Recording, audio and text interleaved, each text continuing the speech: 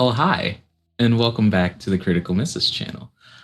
Before we get started with our nightly events, we're going to set the scene a bit and watch as our camera pushes in from high above the clouds and down to Bishop, perched on a building opposite the Thousand Isle refinery with a sniper rifle, looking at a strange woman with pink hair, and it pushes into the building, and we see Cull and Ari both tiptoeing through, picking up various things.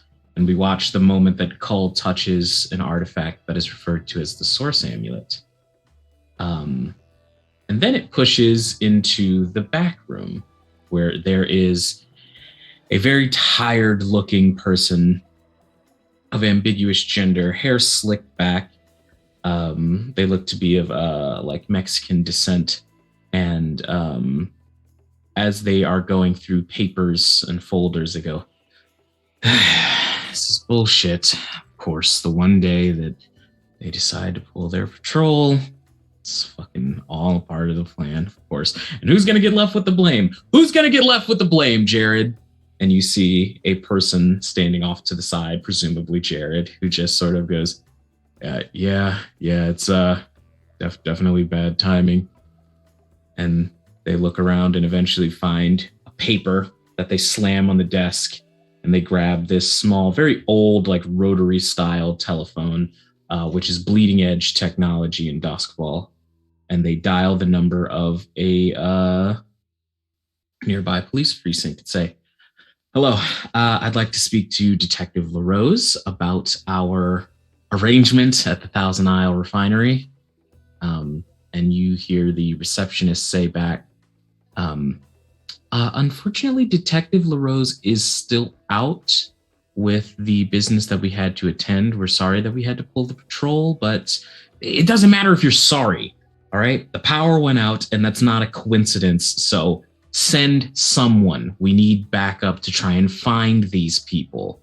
What else do we pay you guys for?" And they slam the phone back down on the receiver and go, "I'm having the worst night in all of Duskfall." And the camera pulls out from the refinery and drifts across the building tops until it reaches White Crown, a familiar tower to the viewers and the players, the Dr. Leonard Research Institute. There are about 45 different bluecoats, all armed with guns, out and trained on the door. And you watch as the door opens and a spotlight is immediately shined in it as a man about 6 foot tall with a very thinly kept chin strap beard and dark black hair and square glasses steps out, sort of lightly squinting at the light. He doesn't seem all that bothered. And the detective steps forward and says, "Detective LaRose speaking here. Dr. Leonard Church, you are under arrest for the murder of Genevieve Abigain." And he steps forward and cuffs Dr. Church, who just looks around, and we see a familiar ghostly shape that stares at him. And he sort of looks at the ground for a second and nods at her. And then the scene changes again in a flash. We see the good doctor being led into a room where he is interrogated through audio that's muffled and unable for us to hear. And sometime later, after he's sat there, hands crossed, chained, we hear a loud gunshot ring out. And opening the door with a pistol in hand still handcuffed, is a girl with bright pink pigtails who walks in and says, "Doctor, I think we should talk." Ladies, gentlemen, and everyone who finds themselves inside and out of the gender spectrum, my name is Dee, and welcome to episode 5 of Blue Ghosts, The Source Amulet, Sunrise.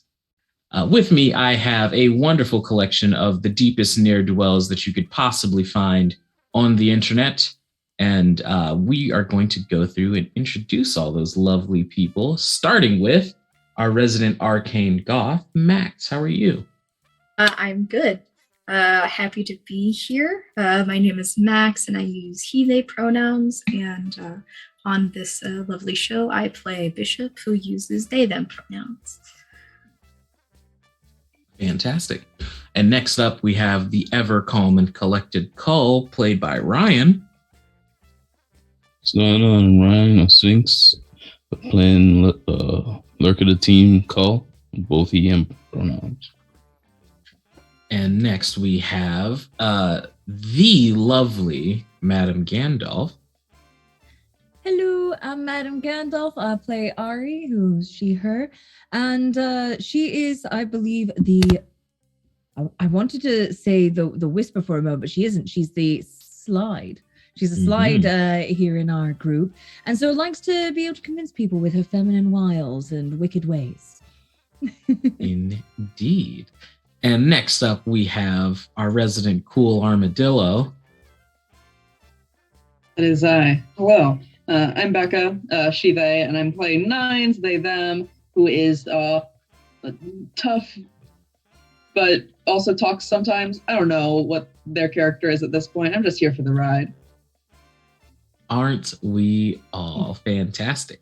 And fingers crossed that we will be joined sooner rather than later by the lovely Janie Potts, who is playing Katie in the midst of all of this shenaniganery.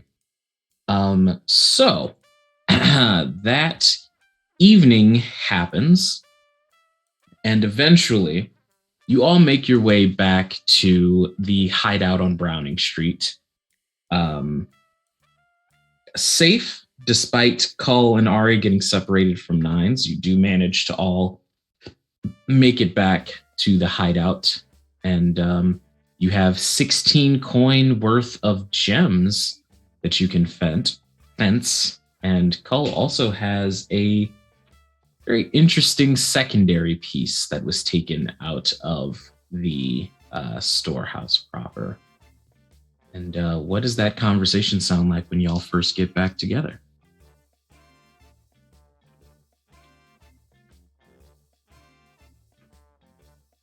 Nines, where'd you go? See, I found, actually, right here, I found this thing, this little figure or something, and it said on the bottom of it to meet in the guardhouse, so I went to go meet at the guardhouse.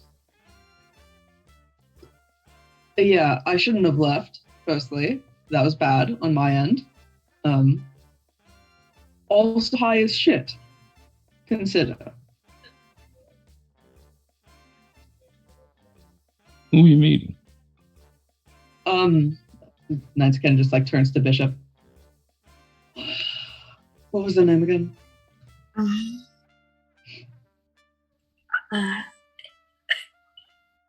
mean, if we told you her name, you wouldn't know who she is anyway. Because she's, hear me out here, she's from the future.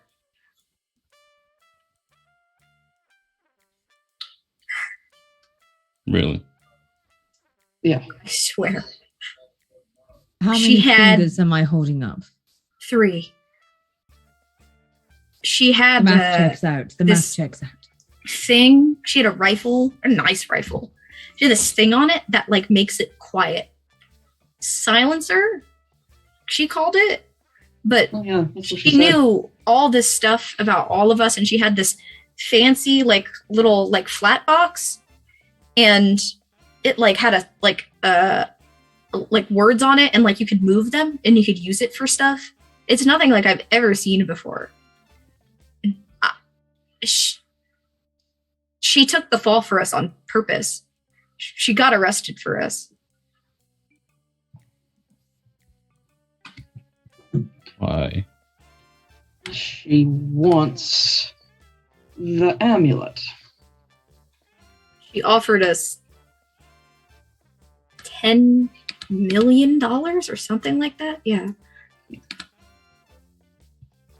10 million. 10 million. Well, that would be more than enough to get Tom off our backs. Yeah, I told her that it likely wouldn't be a problem. That I'd talk to you all first. She's excited to meet you. Knows a lot about y'all, myself included.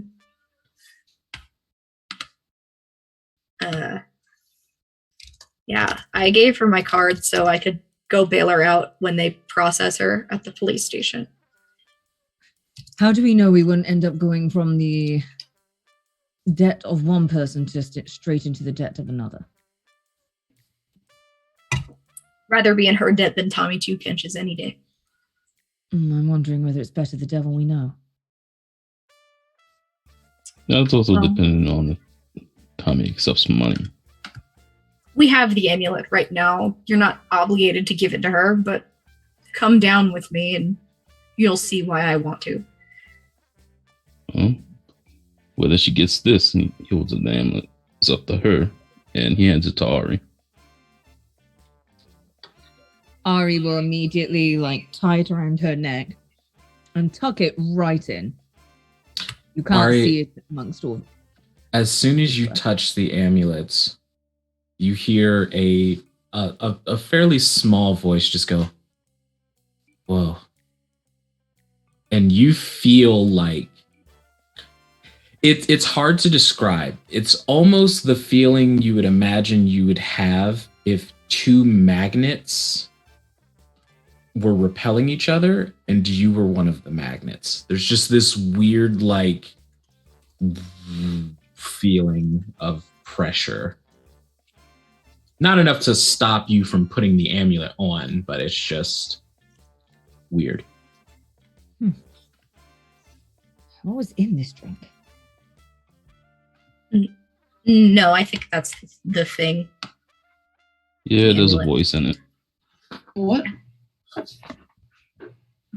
There's a voice in it. That's why she wants it. She said that her dad is Oh shit. Only Ari can hear that, but when you Oh. look down and go, "Hello," the voice responds, "Hi." My memories just responded to me. For sure, it's the amulet.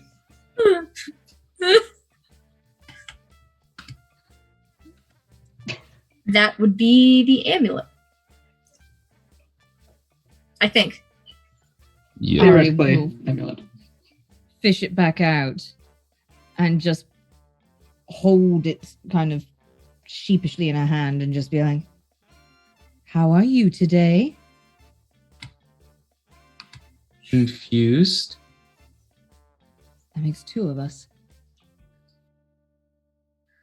The amulet is confused.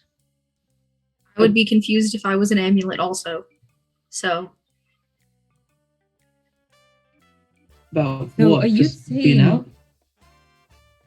Yeah, is this the spirit of a person trapped within?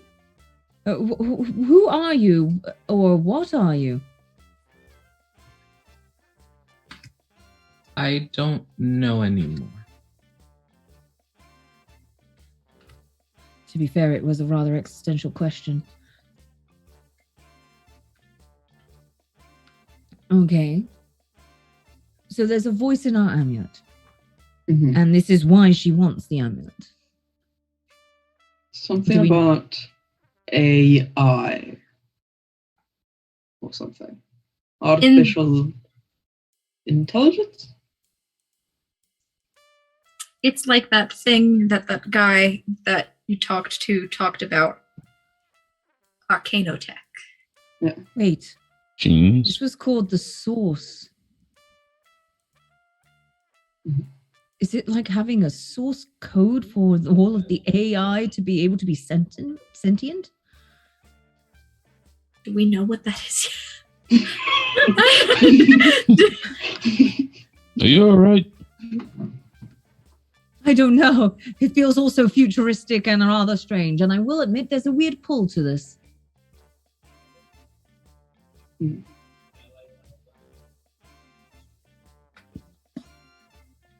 I don't know what to do with it. I mean, I certainly have no idea who's inside there or what's inside there. But apparently it helps out our friend in the future.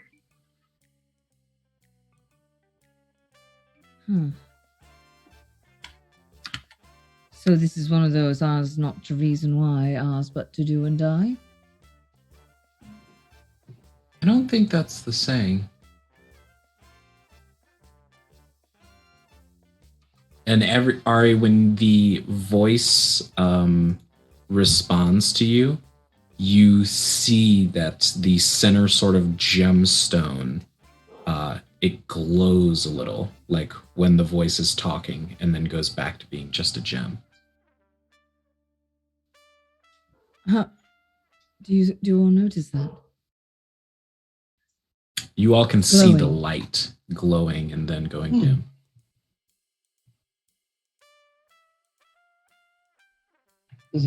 Has some kind of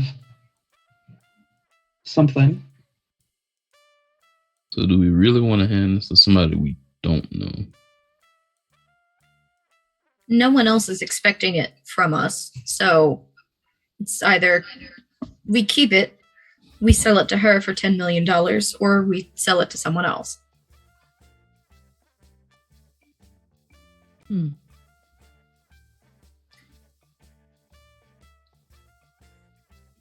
All right. Who is feeling more like money? Who is feeling more like digging further into our amulet? Or who is thinking of pawning off to the next stranger we can find just so it's no longer in our grasps? Pretty sure that's how it got here in the first place. So that counts option 3 out. Where is here, by the way? The amulet wants to know where it is. Tell it where it is? The docks? I don't know. Doskwall. Duskfall. I'm still in Duskfall. I hate Duskfall. Don't we all? Just a little bit. So, okay.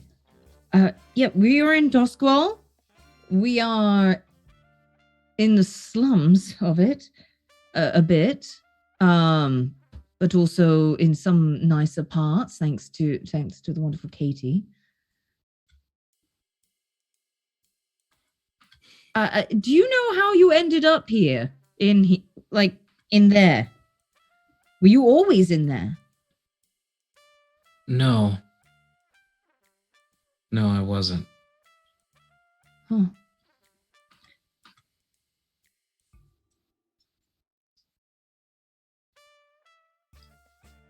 So you've been outside of your amulet?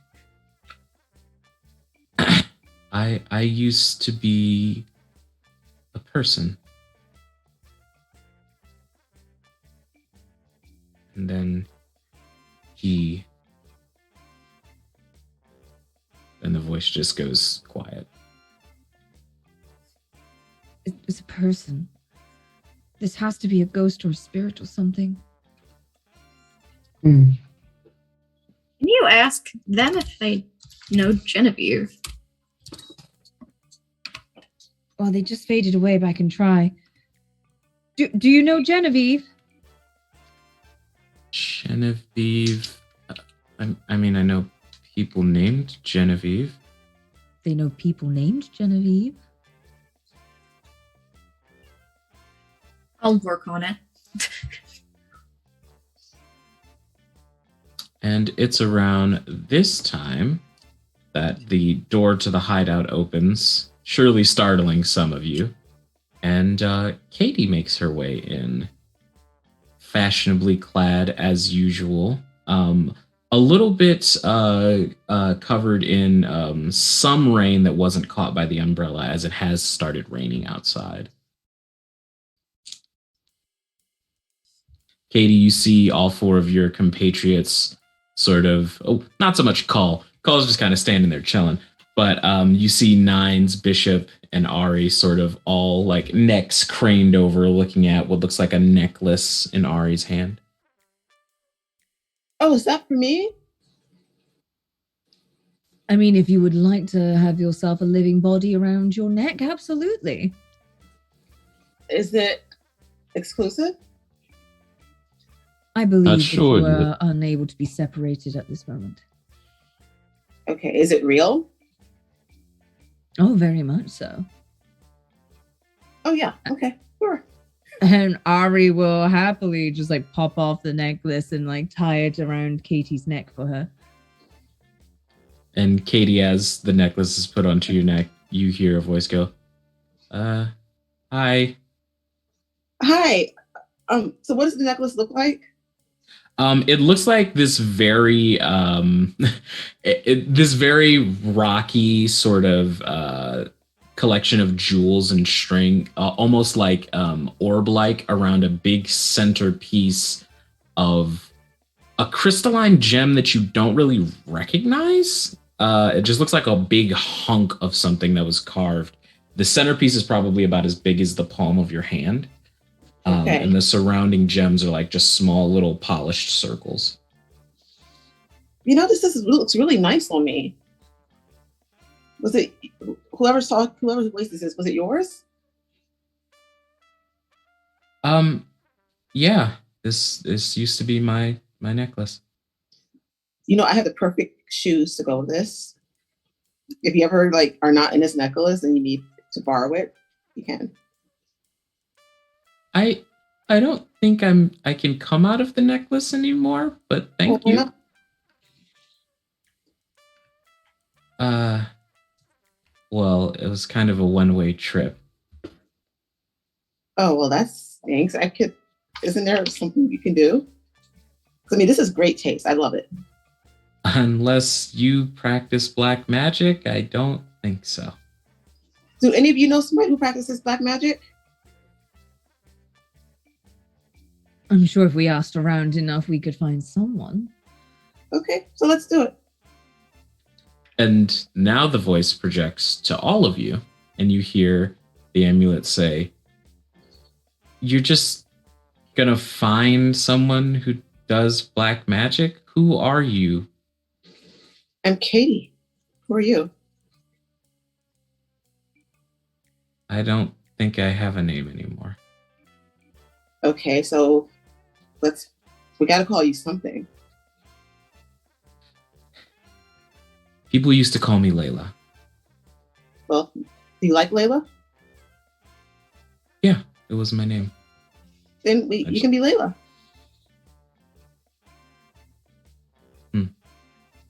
And the amulet just goes quiet. So let's find a black magic person. It's gotta be someone all Duskfall, right? I guess. I don't know. Wasn't certain though. Bishop? In any of the documentation that we have seen from the sarcophagus and elsewhere, has there been a Layla mentioned? I would say not in the details of the sarcophagus, but Janie, you would recognize the name Layla from when you went to look up the blueprint of the tower.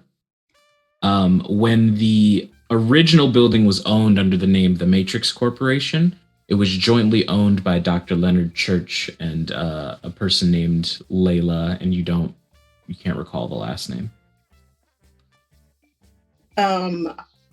Katie's going to repeat that to everybody. I would hate to be partners in business with him. When you begin to repeat it, as soon as you say the name Leonard Church, the necklace turns white hot and starts glowing red. And you hear the voice say, "Don't say his name." Okay, I won't.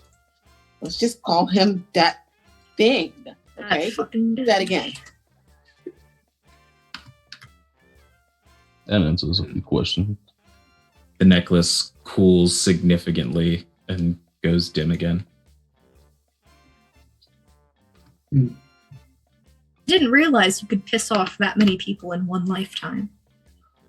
Compared to us, that's saying something. Hey, you should have seen the people that I used to work for. They made people mad like on a daily basis like this. And so did he, apparently. Probably why he's dead.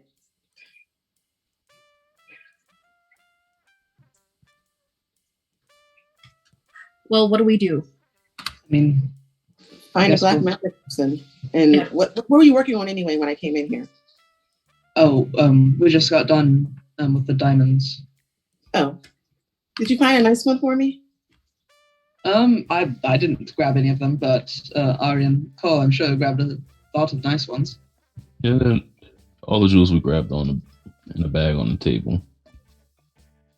Okay, do we have somebody that can like look at them and see how much we can get for them? Not without attracting a lot of attention. Okay. Well, At least I'm not going to go yet. look at them while you all do whatever it is you're doing and see what looks best on me. And you all do know that general protocol is to wait 2 or 3 days after a heist before you try and look for a fence.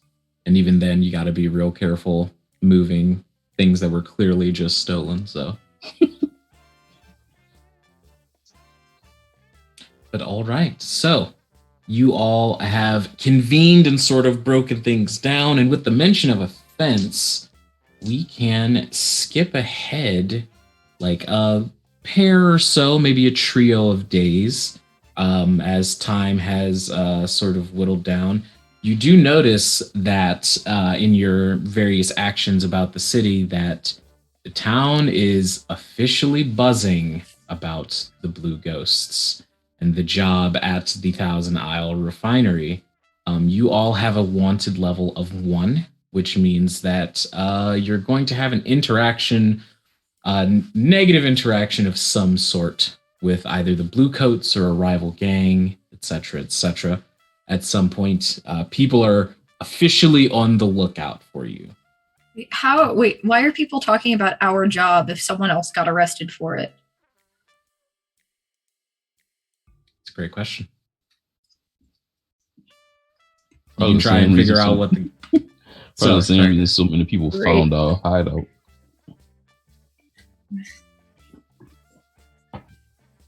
You can try and tune into the gossip if you'd like to. Yeah, what's the word of the underground sort of thing? Sure. Anyone who would like to can make me a survey check. I would say Katie and Nines can add an additional die to their pool for this. And also Ari. I got a 6. I got a Okay. 5. Okay. I also got a 5. One moment while I am behind as usual. Take your time. And it's The 2. the survey, you said? Yep, survey check. And add an additional die to your pool.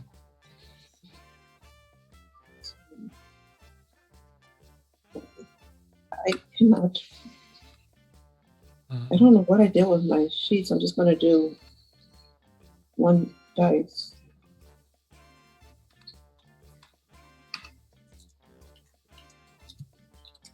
So everyone but Cull got a 2. Or wait, no, Nikki's. And then Nines, Bishop, and Ari was a 5 or a 6, right? Yeah, Okay. Bishop is it. Yeah. So since y'all have the top end of the information, Janie, when you get when it's all set and through for you, we'll just decide whether or not you know this information. But with a 6, y'all know that the current gossip and the reason that people are asking questions about a job that seemingly was not connected with you is because no one is under the impression that one person could break into the Thousand Isles refinery. That's sort of the criminal underground's feelings on it. It's like this had to be a job of some sort, and the gangs speak to each other. The gangs stay in connection with each other, and they're like, well, I didn't do this. You didn't do this. And y'all are sort of the last outlier that could have done it. unless there's a new group in town. I just got a 3. Okay. So this information is delineated to you from Nines, Ari, and Bishop. And I would say on top of that, those of you who rolled a 6, you also hear that the Broken Sparrows in particular are unhappy that the Thousand Isle refinery was hit, as apparently there was a plan of some sort in motion for them to rob it. That's awkward. Just who's... I mean, could be worse. I'll relay it. Let everyone know.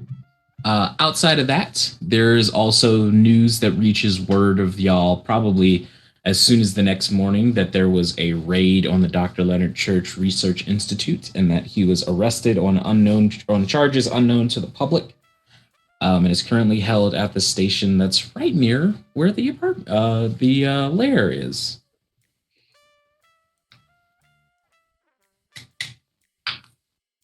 Which is unknown to the public, my ass. And outside of that, your time is yours. You wake up on a morning. Things that are on the current list, I believe, as far as group activities goes. You need to find a fence so you can turn these jewels into money. It would probably be a good idea to do something about the Broken Sparrows not being happy with you. However you choose to handle that is how you choose to handle that. But doing nothing about it and waiting for something to happen is probably not the best idea. Yeah, there's a decision. I know Bishop wants to find Genevieve. You still have the Source Amulet in your possession. And waiting on a call for our friend also. Doesn't come. You know where she would be taken, but there's no phone call that comes to. In my party. And your party. Can't forget about my party, which is what I've been doing all this time that nobody's seen me. Of course. Final preparations. The leader of the Broken Sparrow was invited to that party. She is. The list, yeah.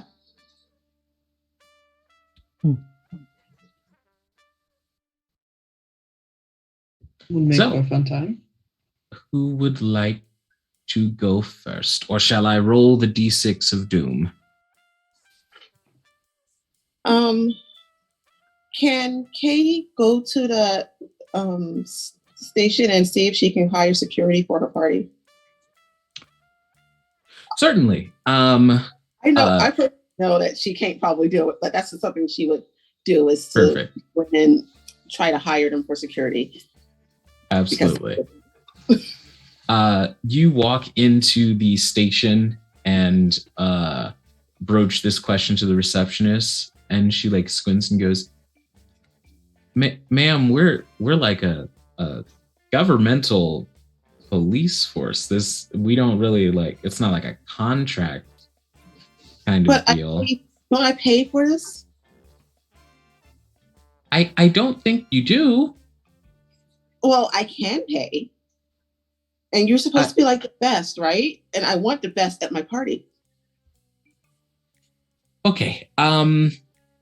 You know what? I'll tell you what. My shift ends in about 15 minutes, so I'm just going to go get you Detective LaRose. Does that work? Sure. I've got a new business plan for him, too. Oh, fantastic. You have a ball with that. And you see she just like walks down, like coat on, bag in hand, walks down the hall and goes, there's someone at the desk for you. Jenny should be in soon, so good luck with that. She goes, have a nice day, and just walks past you and leaves. And Katie, you hear a shrill voice coming from the room that the detective steps out of that you haven't heard before, that's yammering on about something. You don't even know exactly what's being said. There's mentions of like Reddit. You don't know what that word means, but it's said very loudly. And you see Detective LaRose close the door, and he looks the most tired you have ever seen this man.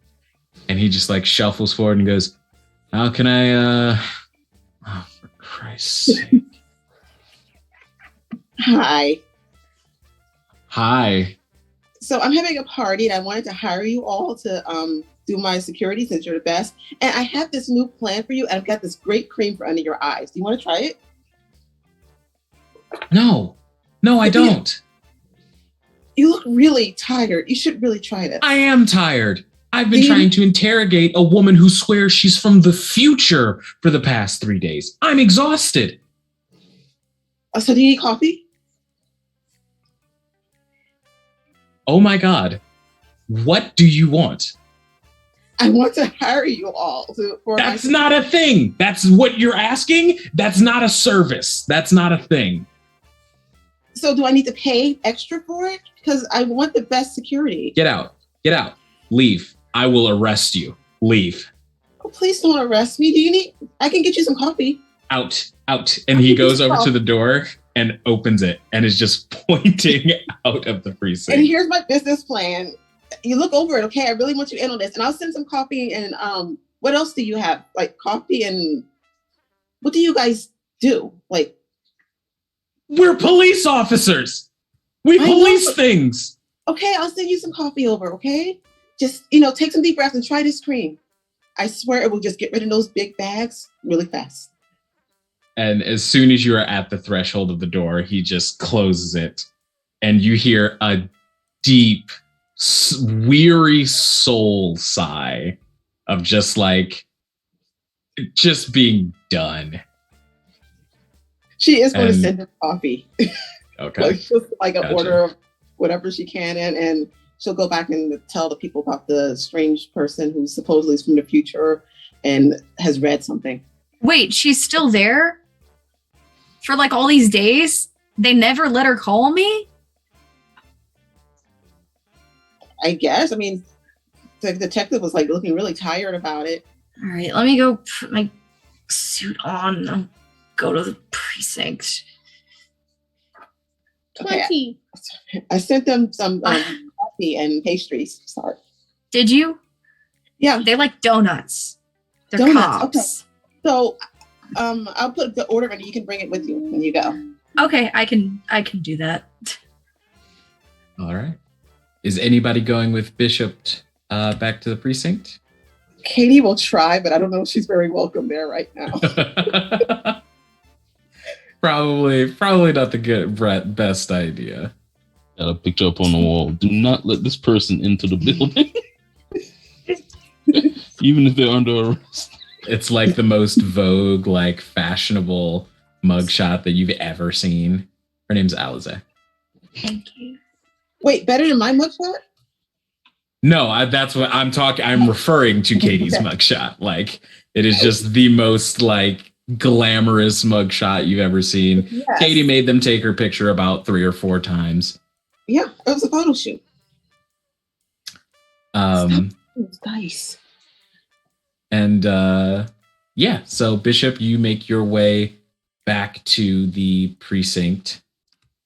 As you open the door, you see that Detective LaRose is sitting behind the receptionist desk and is out fucking cold. He is just snoring in this chair. All right. I will give the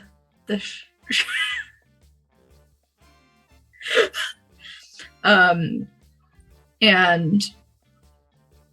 where are his keys? They are on his hip. I will peek around the rooms to see if they are unlocked before I resort to taking them.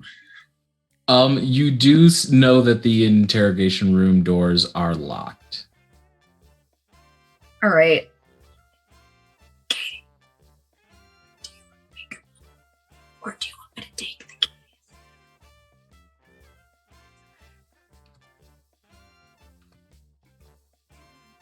Coin toss.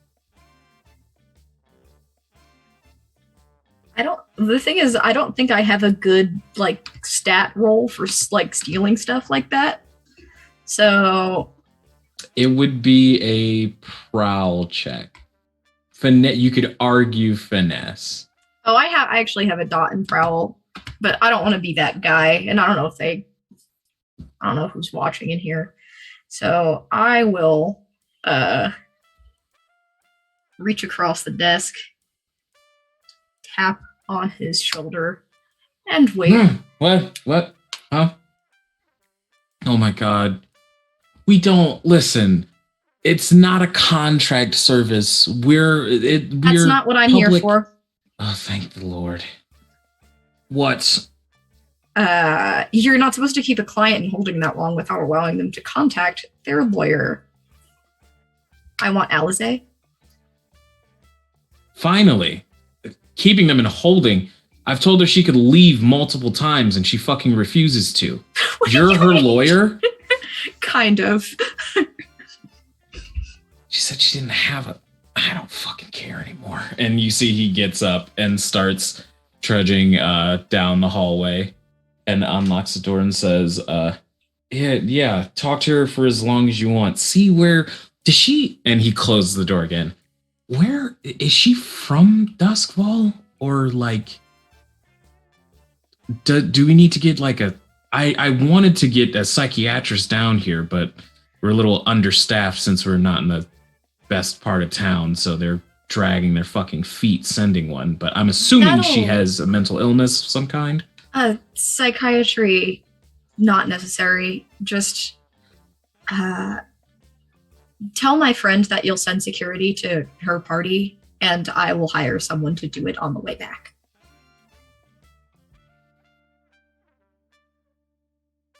She could just hire security. I know, it's just not connecting for her, okay? Fine. And you see he sort of like stamps past you and begins to have a conversation with Katie as the door is opened for you. And you see she looks up and goes, Bishop! Did you lose my number? What's wrong with you? Oh, so many things. You're supposed to call. I was having fun. Damn near killed Rose. Yeah. he was asleep when I got here. I keep doing this thing where when he's just ready to leave, I pretend like I've regained my memory and I like remember things now. So okay. It's been fun. Okay, how are you? Have a seat. Fine. Welcome to my humble abode. Okay. Do you want to leave? Sure. It's kind of boring here now. All right. Well, we got to figure out how to get you out now. So, how much did you tell them? How much did you let them catch you with?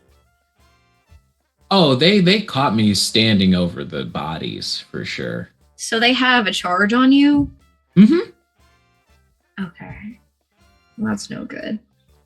I guess we could post bail for you, but we gotta get rid of, Did they tell you how much it would be to post bail for you?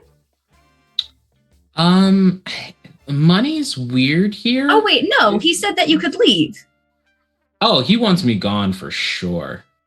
I forgot about that. So we could just leave. If you want to. And you see she raises her hands and her wrists just phase through the cuffs and they drop to the table. Can everyone in the future do that? No. And you see she rolls up her sleeves and you see these very elegant, they almost look like healable tattoos. They're like tattoos that are like thicker than a tattoo should be.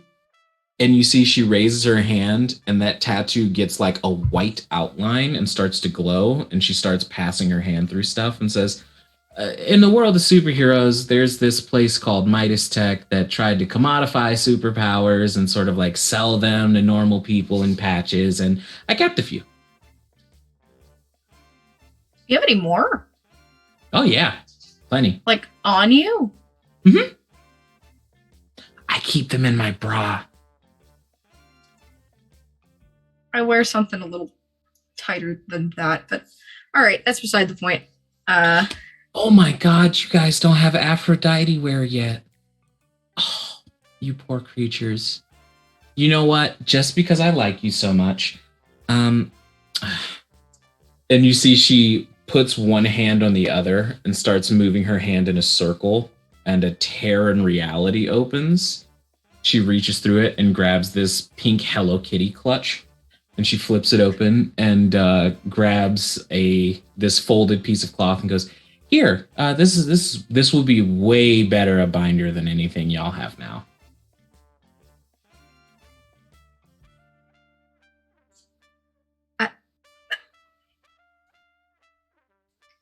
People don't do nice stuff like this for Bishop, so they're very confused.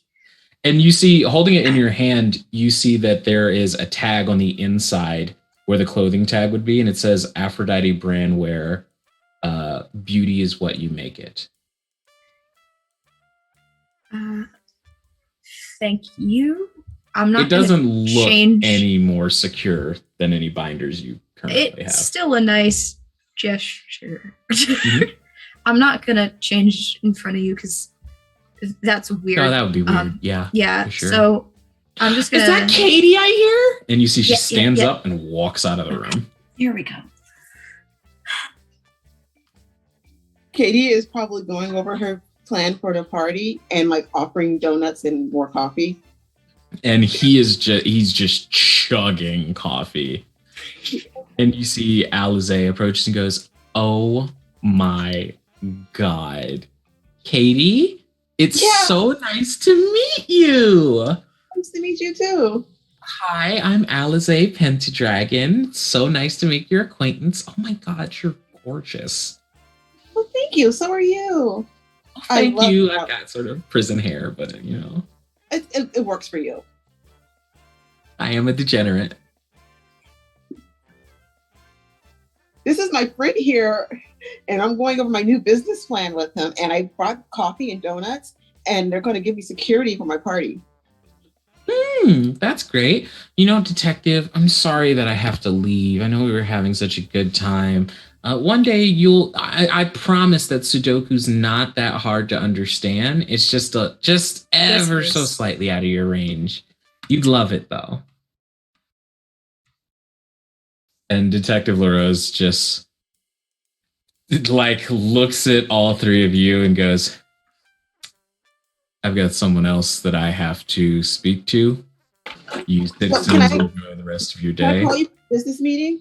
He is literally just walking away. He says that and then just starts walking. See you later. Bye. Both of you make me a survey roll.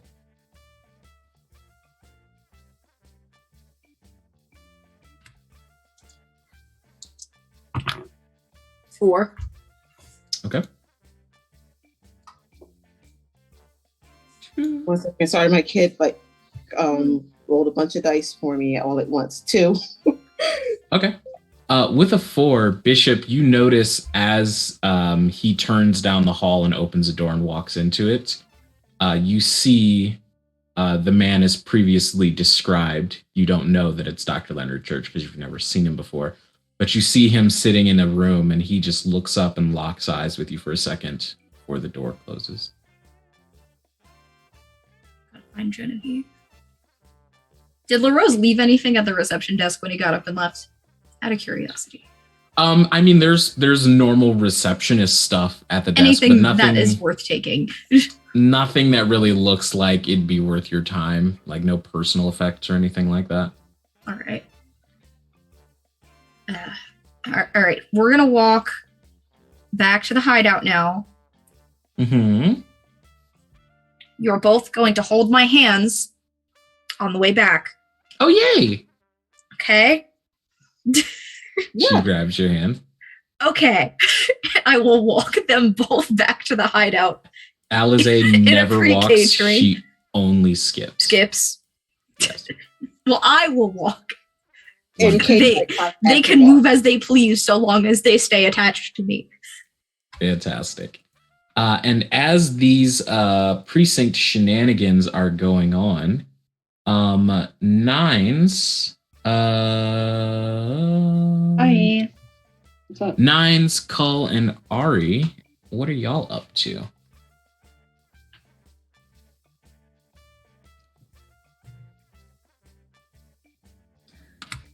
I believe Nines had something he wanted to do in White Crown.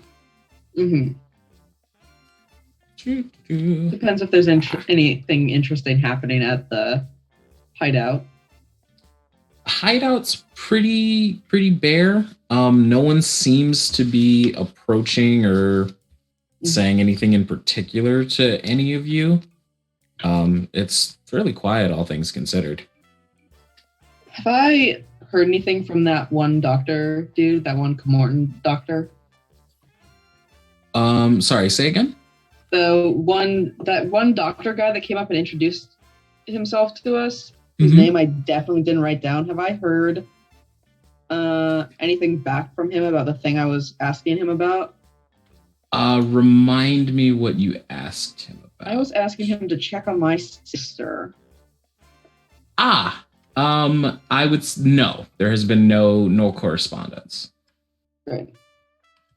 Well, that's a later problem. I'll head to White Crown. I'll see if anyone wants to come with me. But I understand if they don't. I'll go with. Huh? Ari might as well. Fantastic. So the three of you cross the border patrol. You show off your fun little rings that were given to you by the Comorton head. And you make your way into White Crown. And you head back to the docks, I believe? That's where I'm walking to. Fantastic. You head back. The ship hand that's normally there is not, but you're let in by the person that is working the desk. And you make your way to the freelancer. The Azure Phantom, I do believe. Yes, now the Azure Phantom, that is true. And you see people moving about, picking things up and moving around. It appears that maintenance is still happening. You don't know ships very well, so you don't know how far along it is, but there are people working on the ship. I turned to the other two. I was like, I was just really coming here to check on how things were going, meet the people maybe.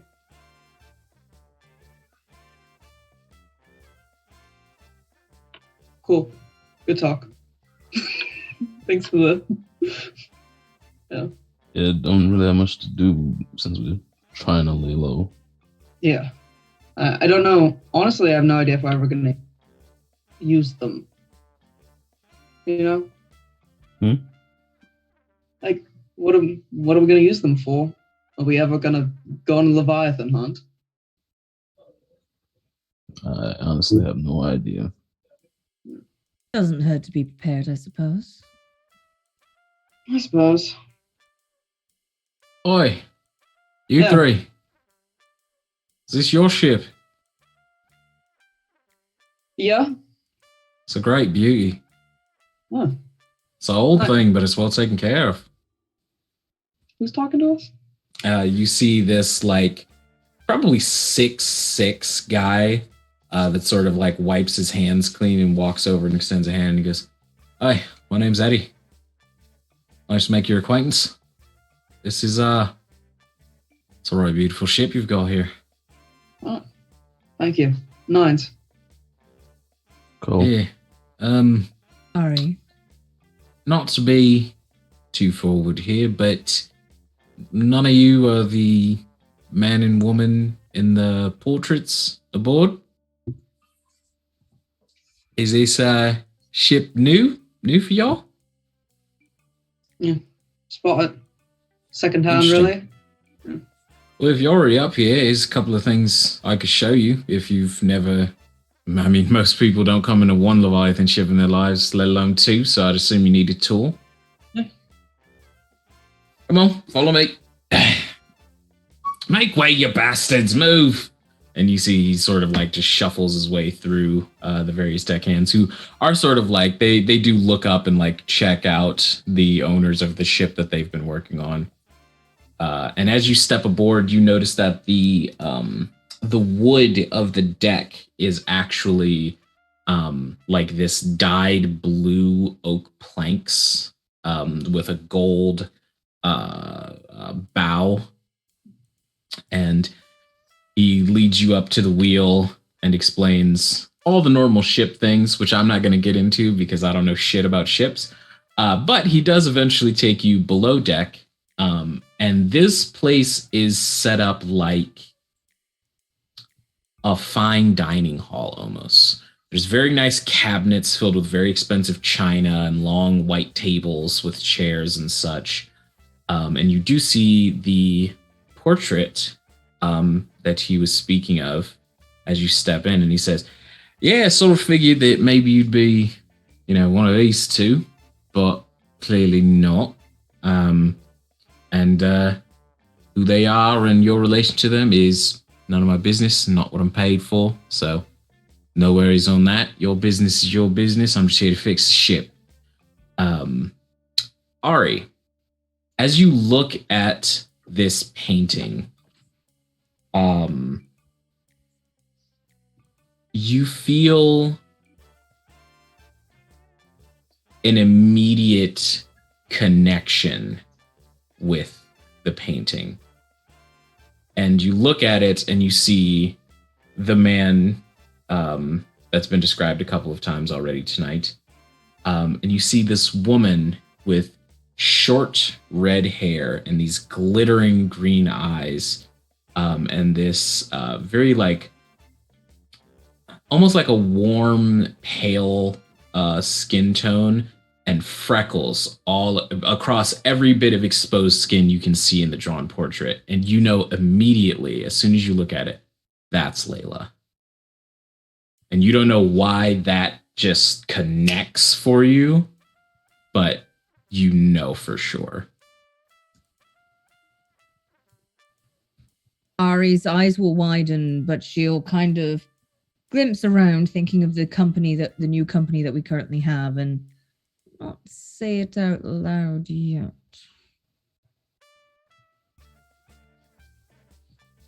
Who knows? They could be a variety of things or people, really. Sure. It is a nice painting, so I could take it down and add it to the ship's stock below deck if y'all want to fence it, sell it somewhere. Because at the very least, I mean, it's beautiful, it's well done. At least the frame will be worth something. Yes, the figures are quite fetching, that's for sure. Eye-catching. Mm-hmm. It'll sell easily for probably a pretty dime. Yeah, absolutely that. But since I do have you here, since this is obviously a new ship, I just want to know, all the china and tables down here, I kind of just have left it where it is. You want us to scrap this stuff and add it to the ship's coffers, or leave it be? Up to you. I guess I'll leave this one up to you a bit more, Nines. Show me them. I want how are they? Sure. And I'm not really a fine china person. Shit looks nice. Nines, you give it a once over, and it's legit. It's not the finest stuff in the world, but it is at the bare minimum upper middle class level cutlery and stuff. Is that the only utensils and dishware on this boat, or is there a secondary set that I was seeing? No, there are plenty of sets, and they're all of the same quality. There are at least upwards of 16. Do I have any idea of what they could go for? For the entire set, for all 16 pieces, maybe a coin. If you got all of this fine chinaware, like the wardrobes and the tables and the candelabras, everything might fetch you 2 coin. It's nice stuff. It's more well kept than the finest option.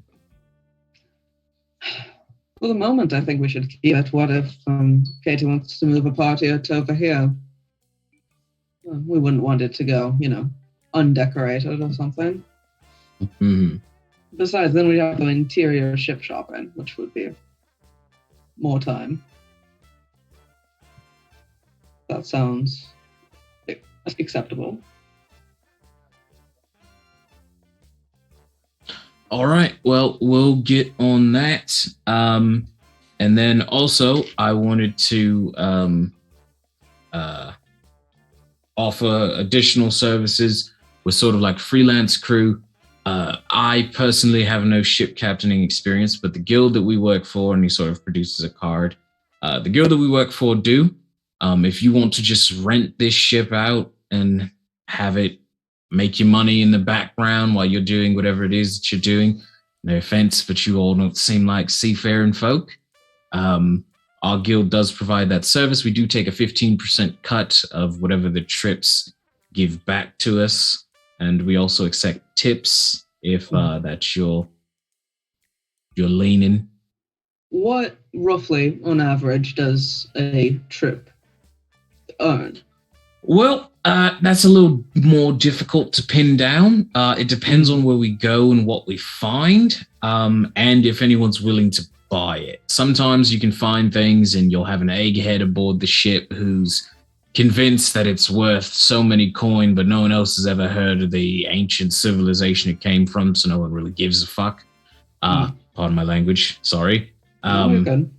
But I've seen ships bring in as much as 25 coin worth of artifacts, and I've seen them bring in as little as 3. Generally, since the Black Sea is so dangerous, crew-wise, so long as everyone comes back alive, I personally count it as a victory. But if you're worried about your bottom line, it is a bit of a risk. And if we come back with nothing, the captain there is still a flat rate that the guild would ask for payment of, which would be 2 coin to delineate amongst the crew. But that's basically the rundown. Like I said, take your time, think about it. The ship's not ready to go out to sea anyway. I just figured I'd ask while you're here, because I heard that y'all were busy and you've got lots of skillets in the fire, so figured I'd check in. And we'll get together and confer, see what we think's best. Sounds good. Okay. I'll leave y'all Tap him on the shoulder. Yeah, absolutely. I'll leave y'all to get back to whatever business you have down here. If you need anything, just grab one of the fucking scallywags up top and they'll come grab it. Yeah? Yeah. And he heads out of the cabin of this ship.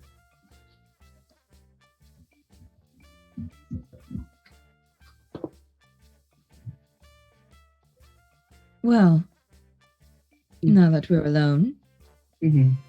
that portrait, that's Layla. I know it is. The redhead with all the freckles everywhere. Don't ask me how I know. Okay, that's what I was about to ask, but all right. Stop asking those questions. I'm just sure of it. I'm absolutely certain. We probably shouldn't bring the amulet here. Thank goodness it's on Katie. We should bring the portrait with us. How big is the portrait? It's about the size of an obnoxious painting in a rich person's house. So like it takes up most of a wall. Between you and Cole, y'all could it's light enough that you could carry it, but it's so oblong that you would need 2 people just to like angle and position it right. What I mean is we probably shouldn't put the painting and the amulet in the same room. What would we do with it, wherever we brought it?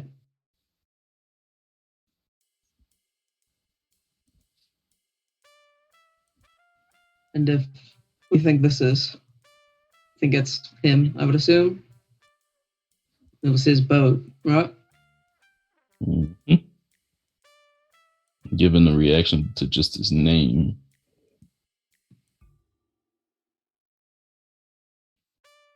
Nines, how close do you get to the portrait? I'll get fairly close. Is there like a console table like underneath it or something? There is a desk that sits in front of it, but it's like a foot or so away from the wall. I mean, like, I'll get, like, kind of, like, up to the front of that desk, like, towards it. Okay. You can read at the bottom that it says Dr. and Dr. Leonard and Layla Church. 2 doctors. 2 doctor churches.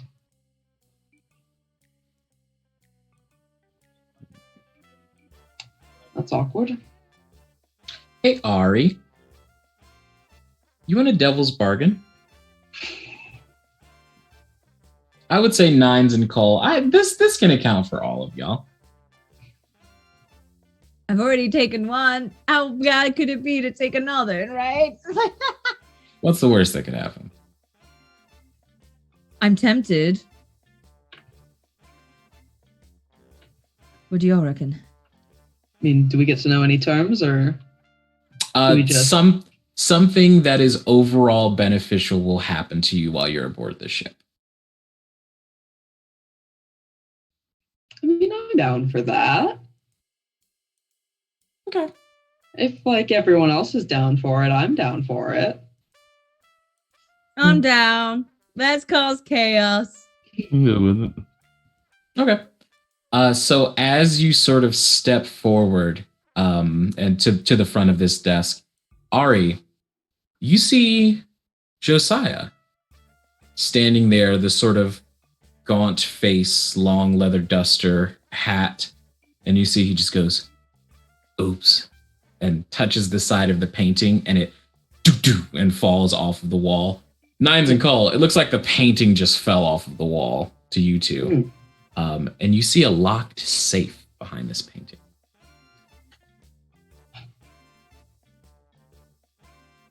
Well, Anyone got a lockpick? I do. Cole, you can, I would say no roll even necessary. You're not under pressure or time limit. You can take your time with this. It's easy enough for you to crack open, as this is your specialty. And inside you see stacks and stacks of paper.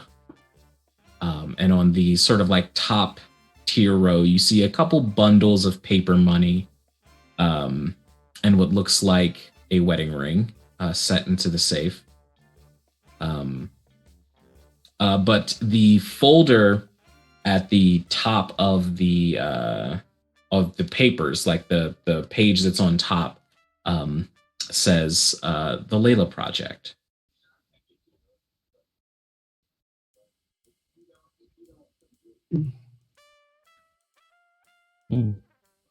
I feel like we're onto something here. should this be reading material for here or for home? Just take it home. Too many possible eyes on the walls.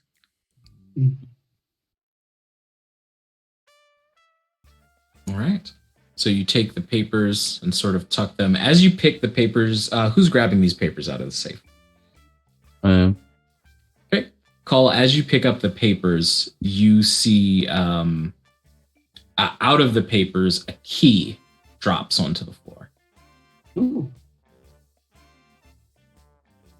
It looks like an old-fashioned key made of like brass or something like that. Yeah, kind of like that. My And, bottle opener. Perfect. That's all the key is. It has no narrative significance whatsoever. It's just a bottle opener. And yeah, that's what y'all find on the boat. In this room, at least. Well, these days just seem to keep getting prosperous and prosperous. Quite interesting, at least. And then you hear a loud set of footsteps, sort of do do do do do, and you see this a younger person than Eddie stick their face in and go, I think there's someone here to see y'all. All right. And as you make your way back up to the deck, you see that Eddie and a couple of the ship hands are like standing on the steps up to the ship, the ramp that leads up to the ship, to prevent someone from coming along. And you see probably about 15 people wearing these flat bird masks that have two large cracks that make an X down the center. And you see standing in front, there's one person with an unbroken mask and this spiky frock of red hair. And in her right hand, she's carrying a sword. And she says, "Oh, well, looky here. Just who I was trying to get my eyes on." And that's where we're going to take our break for the evening. And we'll get back with the fallout from that that devil's bargain in just a bit. But until then, get up, stretch, get yourself some water, get comfy for the second half. Episode 5 of Blue Ghosts. We'll see you all in just a little bit.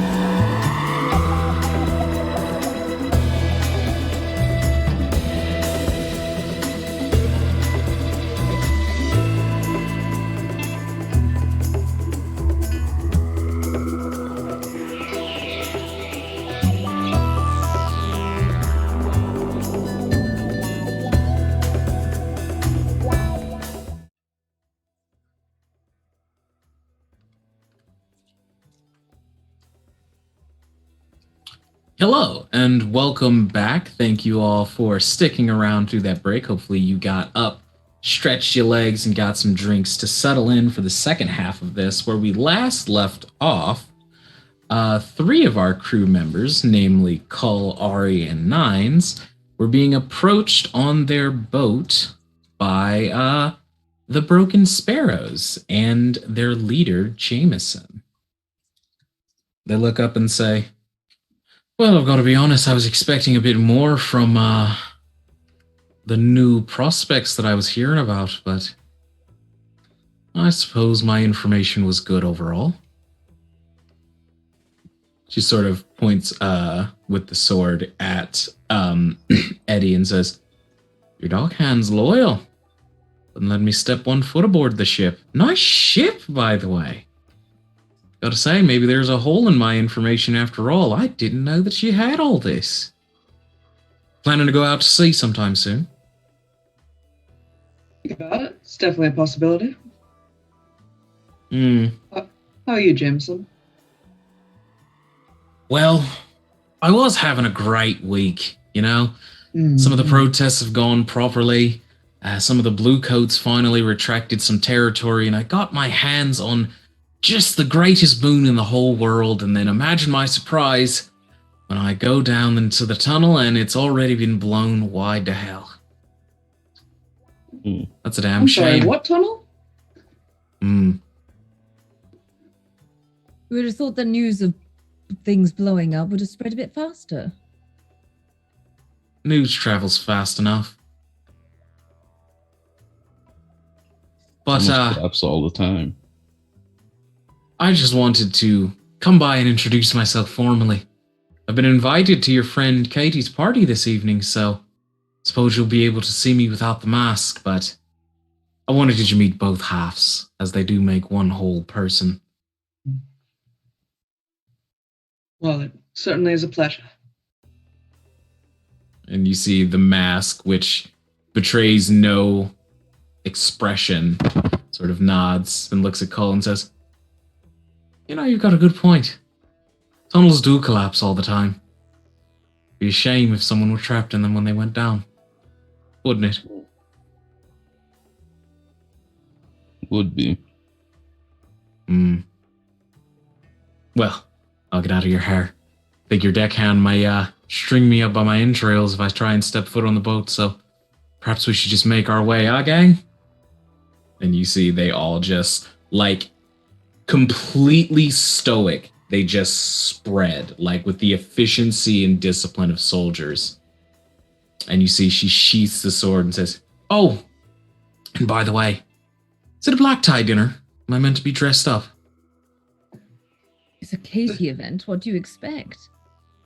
Well, I've never met the lass, but I'm excited to. Wear only your finest. Nothing else will be better.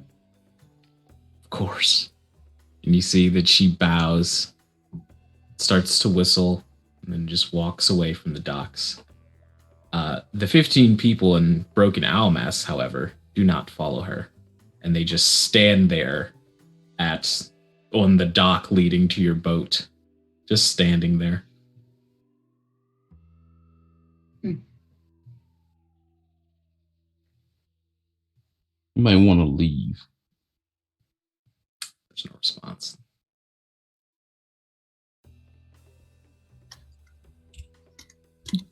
We do not have your attire here. Unless you have something else you wish to say. None of the Broken Sparrows left in Jameson's wake say anything.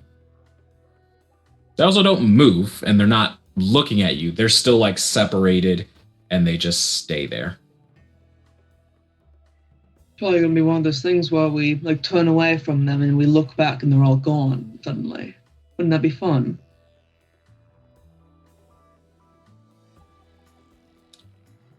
Jameson's a prick.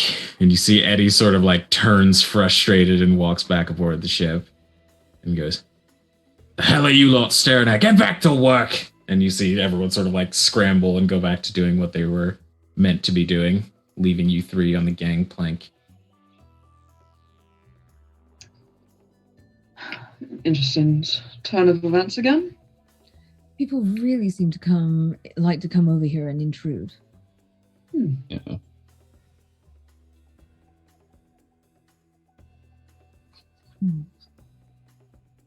Do we have anything else to do in the ship? Just wanted to see the people, get a look at it. Maybe we could stop at a little bistro or something. While carrying a portrait down. You know, get some White Crown classics while we're up here. Before we head back to a little pile of shit. Okay.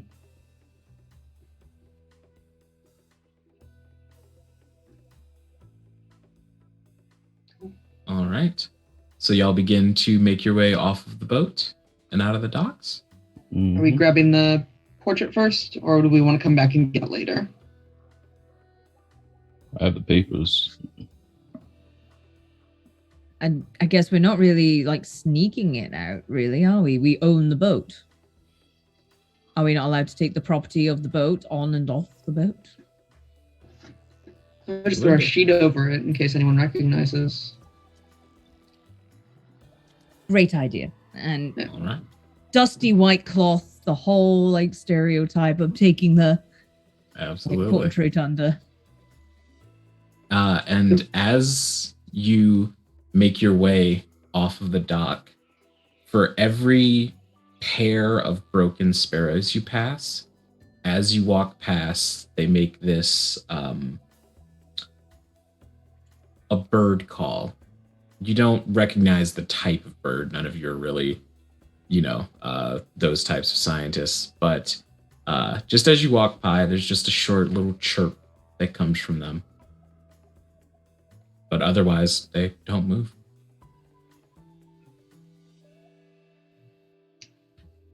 And with that, y'all exit the docks proper.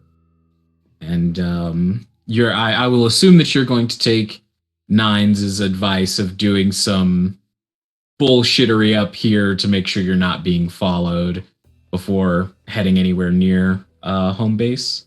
Mm-hmm. All right. Everyone roll me survey plus 1 die.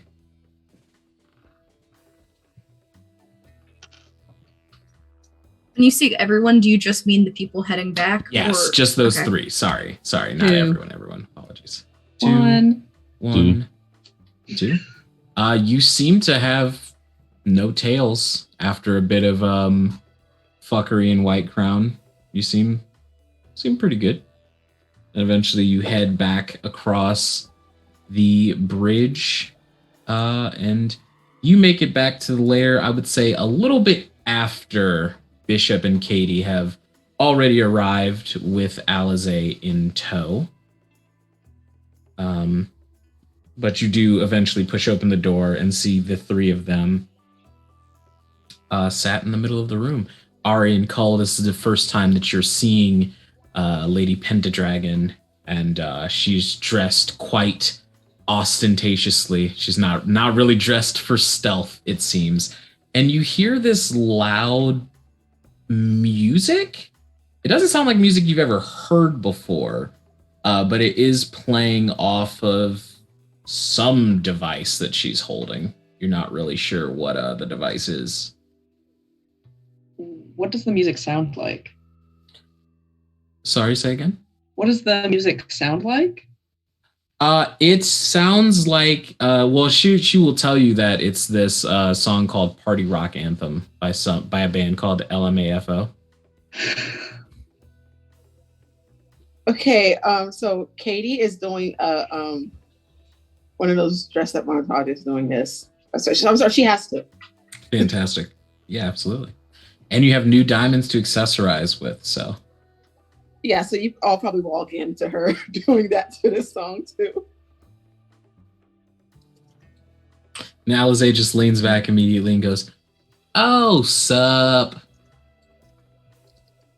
So, Sup? So we ready to party? Where's the party gonna be? Is it gonna be here? Because this place is a shithole. No, it's at my mansion. Oh, okay. That's much nicer. Also, sorry about blowing up your door. That was you. Mm-hmm. Just We buy were in the another. market for a new one anyway. Well, yeah. Just be careful who you get it from. The people who built the first one, they sort of and she gets up and shuffles over and she goes, "So you see where this used to be?" And she points to a chunk of the wall. And you all know that there was like a built-in candelabra. Indeed. And she goes, It was my favorite part about this. this hole that she points to, this wasn't me. And you see that there is like, you never really noticed it in the wake of the destruction because the whole front of the building was destroyed. But this hole looks drilled, like purposefully, carefully drilled into the wall. Are there And, any? If I look close, are there any symbols or anything? You don't see any symbols necessarily. But it does look. Like Ari's bed had that symbol thing on it. Mm-hmm. And she goes, "Yeah, so just no peeping toms. It's not cool." Mm. Can you go door shopping with us? I love shopping. Me too. Oh my god, you're my favorite, and I knew you would be. And she just rushes over and goes, "Also, I think if I go wearing this, it's kind of got like blood on it in a couple places, which sort of works as like a polka dot kind of thing, but I think I should probably wear something cleaner. I want to wear something that could possibly give an old person a heart attack. That's like the vibe that I want to go for." Or Ari has some things too. Ooh, I really like Ari's closet. Ari's closet probably is nice. Lots of lacy and see-throughs. Yeah, I just don't have as much titty as you, though. So I don't know how well it would. Maybe we should just shop for new clothes. I like new clothes. Stuff, you know? Shopping montage? Shopping with you. montage! But I do not guarantee I will buy anything. Oh, you've got to buy something. You can't go shopping and not shop. That's not going shopping. New outfits for the party? We could get you the best cufflinks. You all have to have new outfits. You I can't have wear one the suit. I Why was do you just need gonna wear more the than one same suit? thing. Yeah. I You have could like liven up the suit with 15 new duplicates of cufflinks. this outfit. All right, let me go put this thing you gave me on Alizé, and then Okay. I'll come back. We'll get you a new suit. I don't need a new suit. And Bishop shuts the door to the room that they stay in the I hideout. don't need a new suit, Okay. Mom. Like, I want to do a makeover for Bishop and like the best suit that I could find. Fantastic. Bishop, as you go to undo the bandages that you wear as a pseudo binder,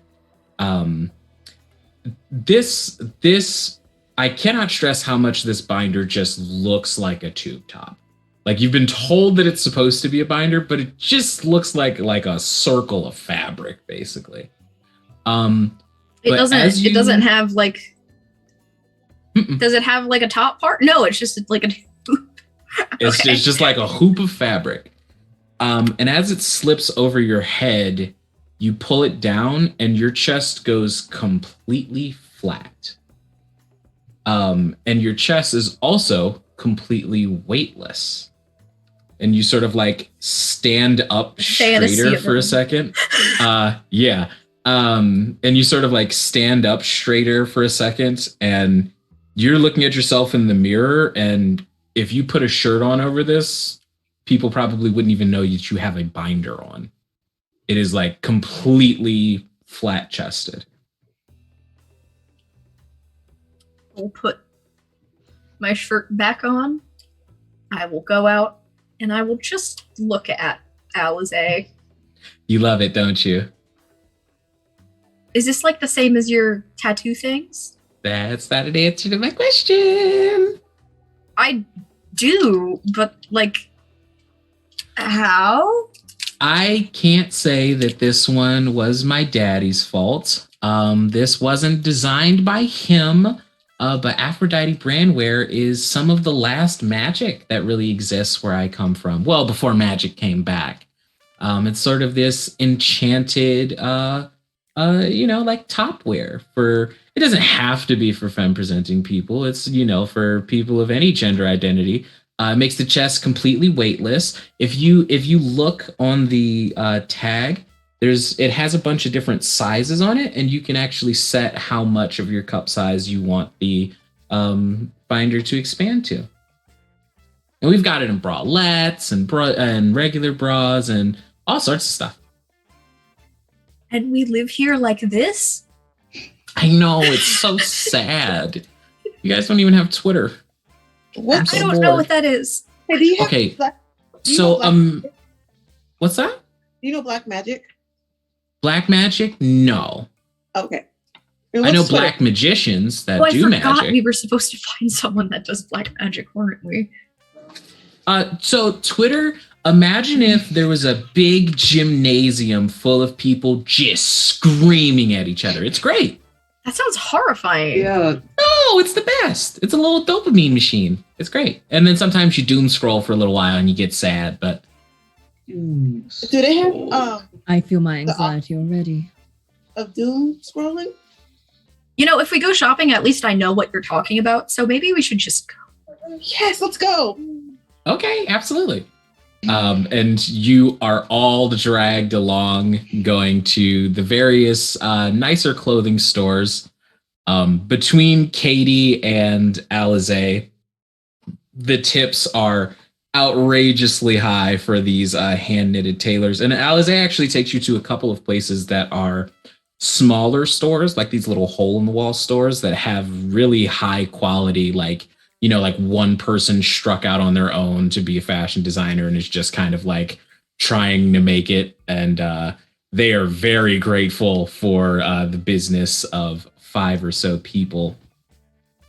And eventually you all manage to assemble your party wear. And in one of the stores, Alize goes, so did you guys talk to Jameson? Has that happened yet? Yes. Okay, good. No spoilers. Whew. How is she? Fine. A little irritated at us. Yeah, they get like vague that. threats. Yeah. Sorry I couldn't kill them for you. I thought that would make things a lot easier, but tough old bird. Bird. I mean, Like, is that a bird? Yeah. Sweet. Sparrows. that was sweet. But yeah, no, they're planning on coming to the party. So. Oh, we should think. joy. Are we going to kill him at the party? I have no right intentions on killing them, but I can if that's the need. I just get bored. Will you need a distraction if that's going to happen? I'll do it in we a have private to plan- room. We have to plan for these things. You will need a distraction if you're going to do that, and you're going to need an alibi. So let me know, and I'll take care of it. Okay? Okay. Look, this looks perfect on you. It goes with your eyes. And Katie just like thrusts the garment at you. Right. Oh, also, so where are we on the amulet? It looks really good on me. It does. I'm going to try to put my look around it so that it all blends.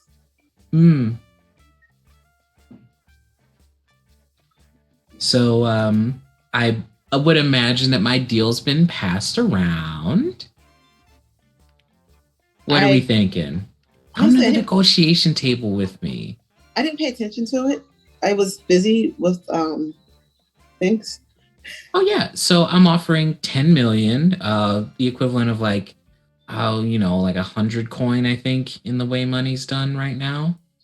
And all you gotta do is just give me the amulet. Ari's eyes widen. Why do you need the amulet? Oh, Okay, yeah, you weren't here for this. So my daddy, he's like a bleeding edge technology like whiz. He's so good at it. And essentially that amulet is the prototype. Well, it's kind of like the prototype of the prototype of this thing that's going to be called AI. It's which is like a almost sentient computer.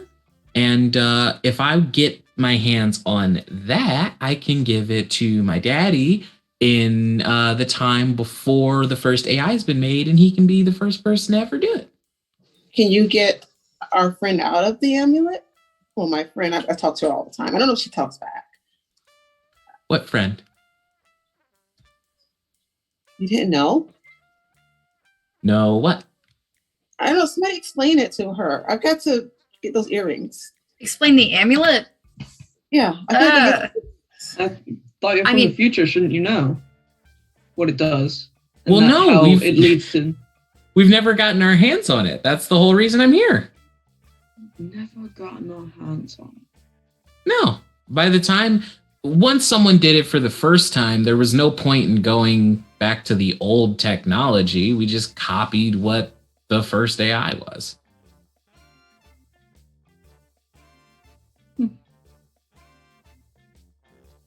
So there's somebody in there? About it.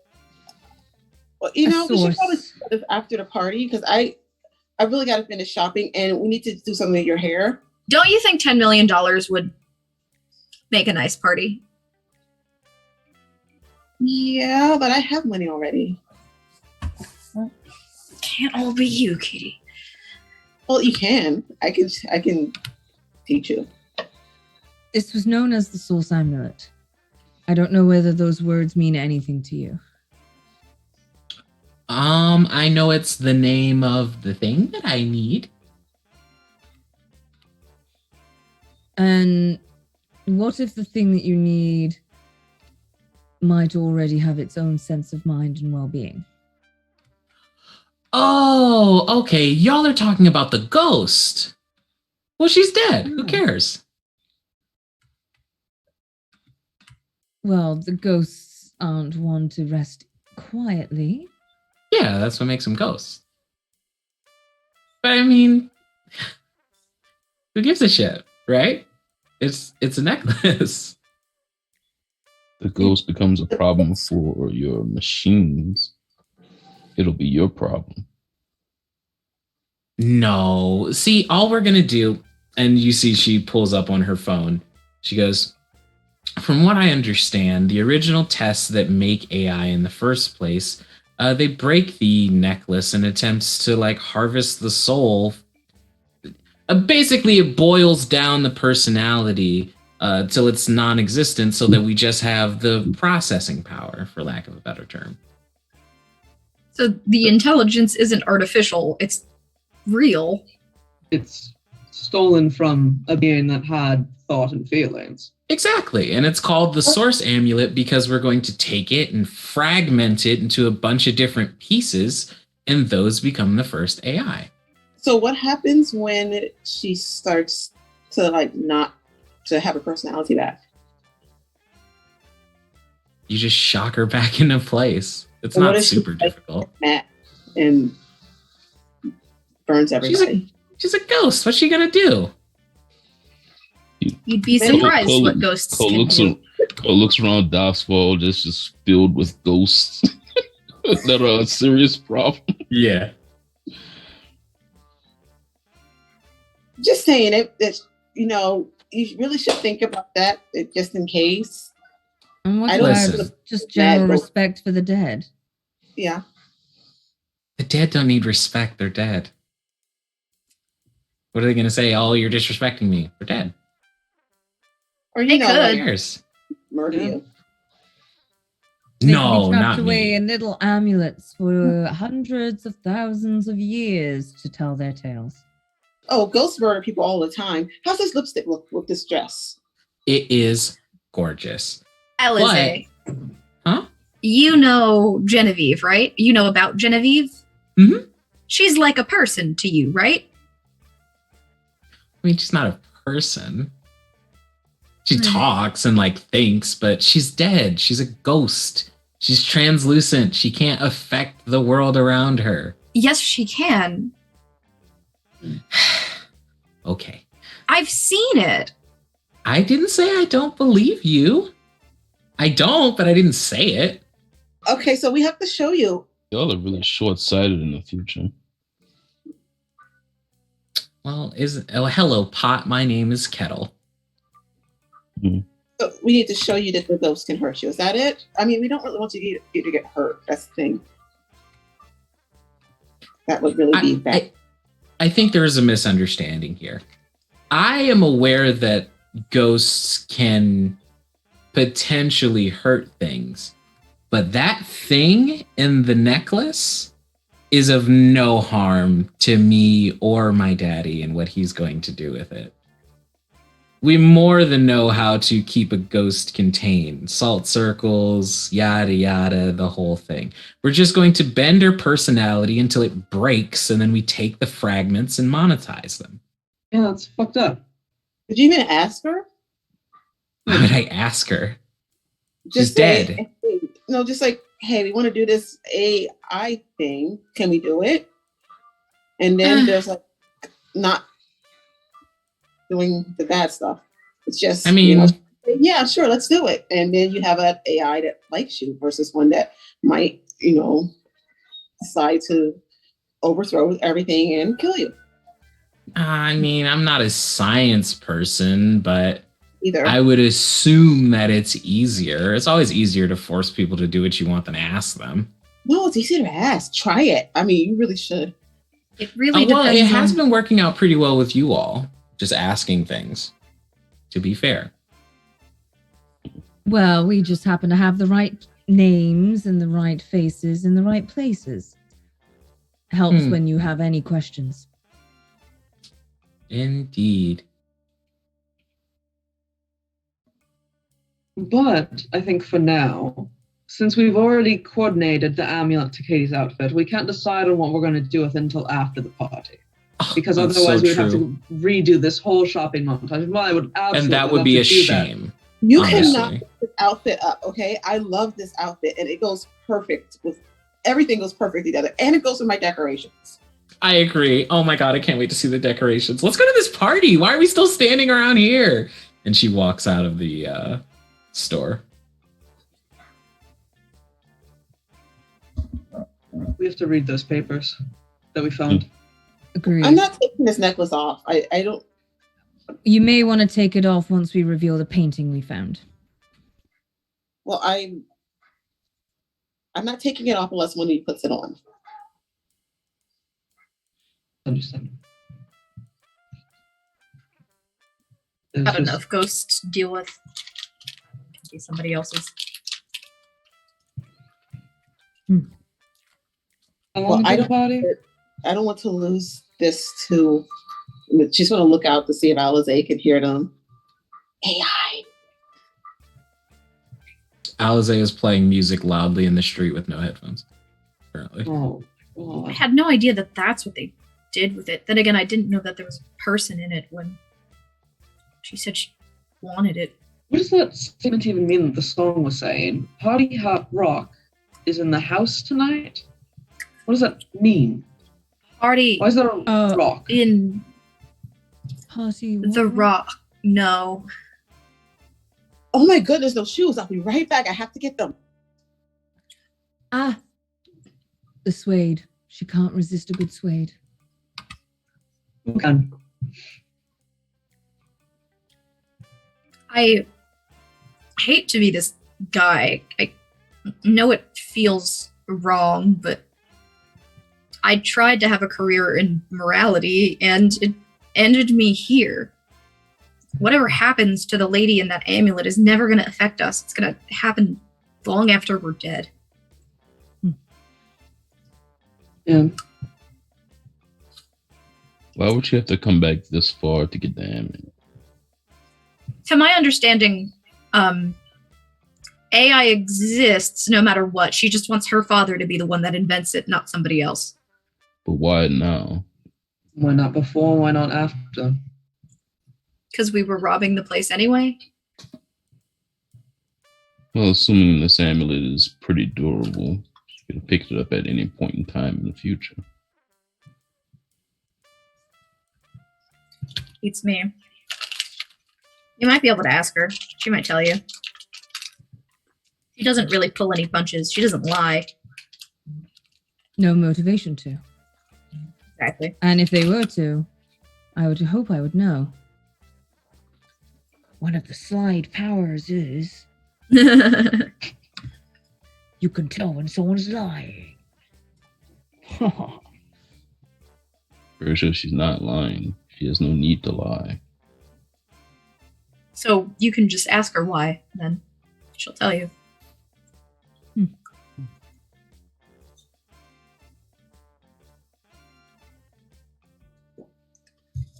All right. Any of us feel like whispering to a ghost? We can. I have an idea. Mm-hmm. But part of me doesn't want to screw up the timeline by screwing with the amulet. But Genevieve can touch stuff, just not all the time. There's like this symbol thing. I hate looking at it, and she also doesn't like it. But yeah. When you show it to her, she like becomes like corporeal again. And I'm wondering what will happen if we can expose the amulet to that. What happens to the person inside then? You bring up an interesting point. In I'm wondering what will happen if we remind them of their identity. For sure. Well, she clearly remembers church. I mean, we found information about that at the ship. That's where we were earlier. Apparently, they were married. I see why she doesn't want to talk about him now. And there's something called the Layla Project. Mm. What that means. I wonder if he did that to her. If he put her in there. That he She must did. have a reason for sticking around. Could be a damn good Please. one to me. He's not far. He's at the precinct. I saw him. LaRose had him in a room. I have no idea how to get to him, though. I don't think he's going to want to talk to us.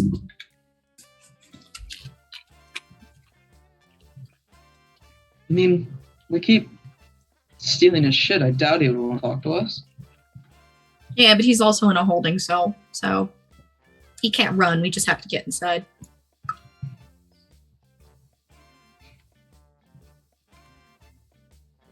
Why was he in jail? Why isn't he in jail? That's a good question. Alize said that Genevieve should talk to him also. She said that I would want it to happen, but not why, and I haven't seen Genevieve in days. I have no idea where she is.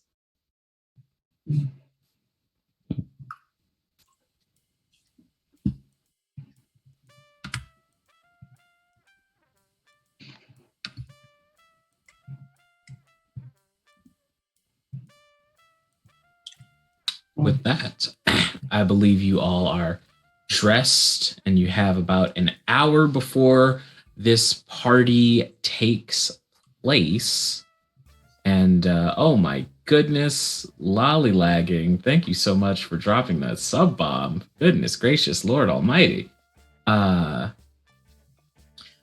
you all have enough time, I would say, to do one more thing before this party starts.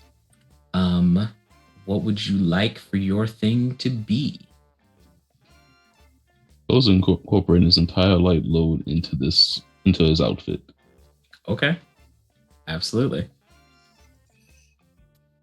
What if I wore the double pistols with the suit? That's sexy. Yeah, absolutely. Luckily, y'all are running with probably one of the most professional fashion designers in all of the criminal underworld. So you all are very easily able to hide light loads among your party clothes and look set to ball. I think we should also look around for that dark magician that we're looking for. For the girl, the dark magician girl. Any dark magician we can find that will help us, really. Okay. Yeah. Dee is smiling. It's just because Becca made a terrible joke that I think I don't know if you caught the joke that Becca made, but awful. Fine. Everyone loves EDO. Okay. So if we want to have someone look for the someone who knows something about dark magic, would someone like to try and contact someone that is a jewelry fence, since y'all still haven't done that yet? I'll do it. Okay. And then so Nines, Ari, and Katie. You got one more thing you can do. You got time for one more thing before the party. What are you thinking? I'm going to use one of my vices, which is pleasure, to de-stress, because I think I probably gained a stress from using my devil's bargain Indeed. a while ago. So I'll unwind fade to black. Fantastic. Candles and BioWare cutscene play. plays. Yeah, exactly. All right.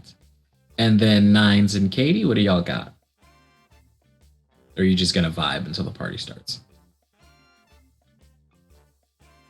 I think Katie's going to try to just make sure that she's just going to like double check everything, and she's invited a lot of different people to this party, like different factions, and it could get really messy really fast if the wrong people cross paths. So she's going to try to set it up so that people are like separated and try to figure out. I think the distraction she has planned is for like a messy kind of blow up, like an argument with somebody. Okay, gotcha. So you managed to get in contact with the head of security that was hired by Detective LaRose, and you managed to set up like people being sectioned off and keeping such and such away from so and so, and you put the finishing details on the security of the party and get your pre-planned accident set up just in case you'll need it. Yeah, and Nines. Oh yeah. I'm just gonna say Bishop's like known ally is a doctor, so I will give their name to Katie if she would like to invite them to have a physician on premises. Can we like pass out, or somebody can fake pass out too? Fantastic. And Nines, you got anything you want to do before the party? I think Nines is going to like kind of like post up, just like flipping through that one folder, but also just kind of waiting for Ari to like return to like the common space. Sure. Let's start with Bishop. You are looking for a dark magician, which is about 2,500 attack points. So go ahead and roll for me to, I will say, sway or hunt. Can't hear you, friend. I have better hunt, so I'm gonna roll hunt. Go for it. And I have a 4.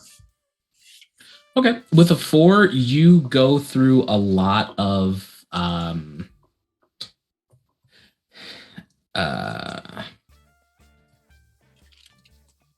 sorry, my brain just entirely stopped.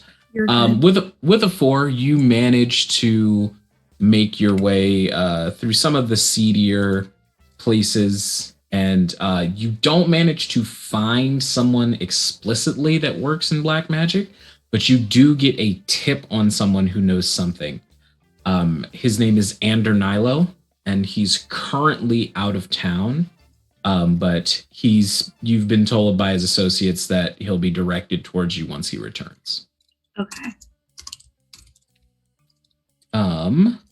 And then let's do call. You are looking for a fence. Go ahead and roll either sway or hunt.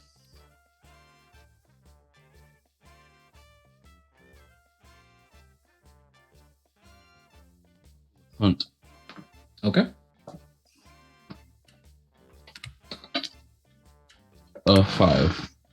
Okay. With a 5, you manage. It's much easier to find someone who is fencing jewelry. Due to the large amount that you all have, across the next 4 weeks, you're going to give them increments of 4 of your load to be then dispersed out. So you've got 16 coin worth of diamonds, and over the next 4 weeks, you're going to get a payment of 4 coin every week as your stock is slowly fenced and sold out, to try and keep it under the radar. And then we have nines. So nines, as you're flipping through, there is a lot of information in these files. Go ahead and roll me a tune -1 die. So hear me out. What if I have nothing in a tune already? Then you don't need to roll. Right. A lot of this information is just going way over your head. Like, this is like high level science, and with a bit of magic spritzed in. And it's very clear that even the writer of these notes, which is the good Dr. Church, it's clear that not all of it makes sense to him either. It's all very, very experimental, and it is like bleeding edge science. It's like you're reading, to give you a real world example, it's like reading a thesis paper on theoretical relativity. Like, even the information in the document is not sure of itself. But at the very end of the page, sort of held on by a paper clip, there is a handwritten note that says it is addressed to the chairman of the White Crown Association for National Sciences. And the letter reads as such. It says, "Dear Chairman, I am disappointed by your decision to press charges, but I am not surprised. My only hope is that the courts will see the matters differently than you have. You see, I never had a chance to serve in battle, and my mind has always plagued me with the question, if the choice had been placed in my hands, how many lives could I save by sacrificing a few in between? But given the events of the past few experiments, I feel confident that had I been given the choice, I would have made those sacrifices myself, if I were allotted the choice. While the law has many penalties for the atrocities we inflict on others, there are no punishments for the terrors we inflict on ourselves. So you can send your men. They won't find themselves a fight. They'll find an old man that is tired, but satisfied that he's done his duty to the world that he leaves behind. An old man weary from a mind more filled with memory than it ever has been with hope. Sincerely yours, the former captain of the Leviathan Freelancer, Dr. Leonard Church."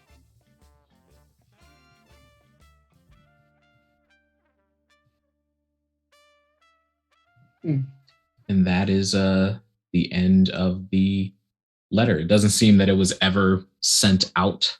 It is stamped and signed. Yeah. It's around this time that Ari would reappear in the common area. She stumbles out a little bit and takes a big final swig of whatever she has in her glass. So are we ready for the party? I don't know. Do you have all your accessories? What? I don't look dressed up enough for you? Looks like you're missing a ring. This is going to sound like an Uno reverse moment, but actually, I believe you're missing this. And she sure enough whips out the The pearl black, inlay ring. yep, With the black obsidian obsidian stone band. with the pearl, like, yep. I Now, suppose. up to you. I can either wear it for you, or you can wear it yourself. I don't know which of us it would look more fitting on. On me, if I punch anyone, it'll probably fuck it up. Or, and Mhm. Ari will like slip it onto a pointing finger. Mhm. You punch someone with it, you'll fuck them up more. That is intriguing. I mean, I've never been punched with a pearl, but I can't imagine that it's A great pleasant. sensation. But being punched in the pearls is a whole different thing. Anyway, so are we all dressed and ready to go? Oh, offer my arm. Right. And with that, you all reconvene at Katie's elegant mansion. You are obviously the first there outside of the good folks that are catering the place and the security detail that's already beginning to set up, as it were. And as the time ticks closer and closer, you see that the first to arrive, dressed in a dashing chocolate brown suit with a dark brown undershirt and tie, and a very pretty young man on his arm. You see Kane Richardson, the leader of the Comortons, sort of step in and go, "Well, Miss Katie, thank you for the invitation. It's good to finally see you all again. I hear you've been busy." It's nice to see you too. And Katie, she walks down this long, elegant staircase, like like they do in the movies. Like, Absolutely, yes. A whole 100%. cotillion. Like And you see that as you reach the bottom of the stairs, Kane does a deep bow and says, "I appreciate your graciousness. Tonight should be interesting." It's just going to be a wonderful party. Why don't you go have some hors d'oeuvres and a drink? And your section, like over, she points to like some fancy done up section that coordinates with his outfit somehow, because this is Katie. I appreciate it. And this is Giorno. He's my husband. And you see Giorno shakes and says, "Of course, Kane tells me all about his new work friend, so it's nice to meet you." It's nice to meet you too. Here, have this glass of champagne. And she like just raised the finger and one of her people. Absolutely. And as the Richardsons walk into their delegated section, there are a couple more people who are part of Kane's party, like plus ones that also follow into that section.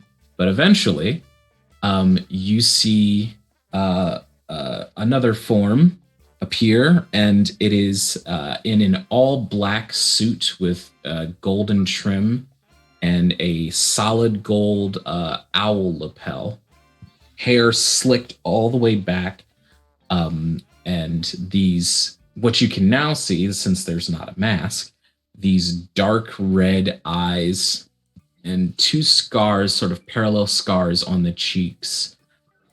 You see Jameson Revolt walk in. And they say, "Well, certainly got the swank down, don't you all? Ah, Katie, pleasure." And they extend their hand. You look dashing in that suit. I love it. I do. Thank you very Got much. your phone number. This is my, a few of the members of my polycule. I heard that we would be having separate sections, yes? Yes. Would you like me to take you to your section? No, I think I can make my way over there of my own power, but I appreciate the hospitality. Tonight should be fun. I'm so glad that you showed up. Have some hors d'oeuvres. Course. Like raises a hand to have her people. And you see Jameson locks eyes with Cole and says, I wouldn't miss this for the world. And begins to walk, leading the various members of her polycule, and along with a couple or so of plus ones, over to their section. And time passes, and eventually the frame of the mansion is darkened by the 6'9" bulky frame of Yodhil Bogan, the leader of the River Spawn. And you see he sort of walks in dressed surprisingly nice, in a suit that has to be tailor-made to fit this man, because there's no way you could pull one off of the rack. And he walks in, picking his teeth, and says, well, this place is fancy, isn't it? Yes, thank you. I love that suit. Would you like some hors d'oeuvres or some drinks before I get you to your section? Hors d'oeuvres? Yeah. I hope this isn't the extent of the food we got for the night. No, there's a whole 7-course dinner. Perfect. And we have buffet. Fantastic. Where's me spot? It's right over here, and it's just a nice. Everybody has a nice area. Okay. Yodhil is completely by himself. There is not a single other person that comes with him. Oh, are you alone? Yeah. Oh, well, that's a shame.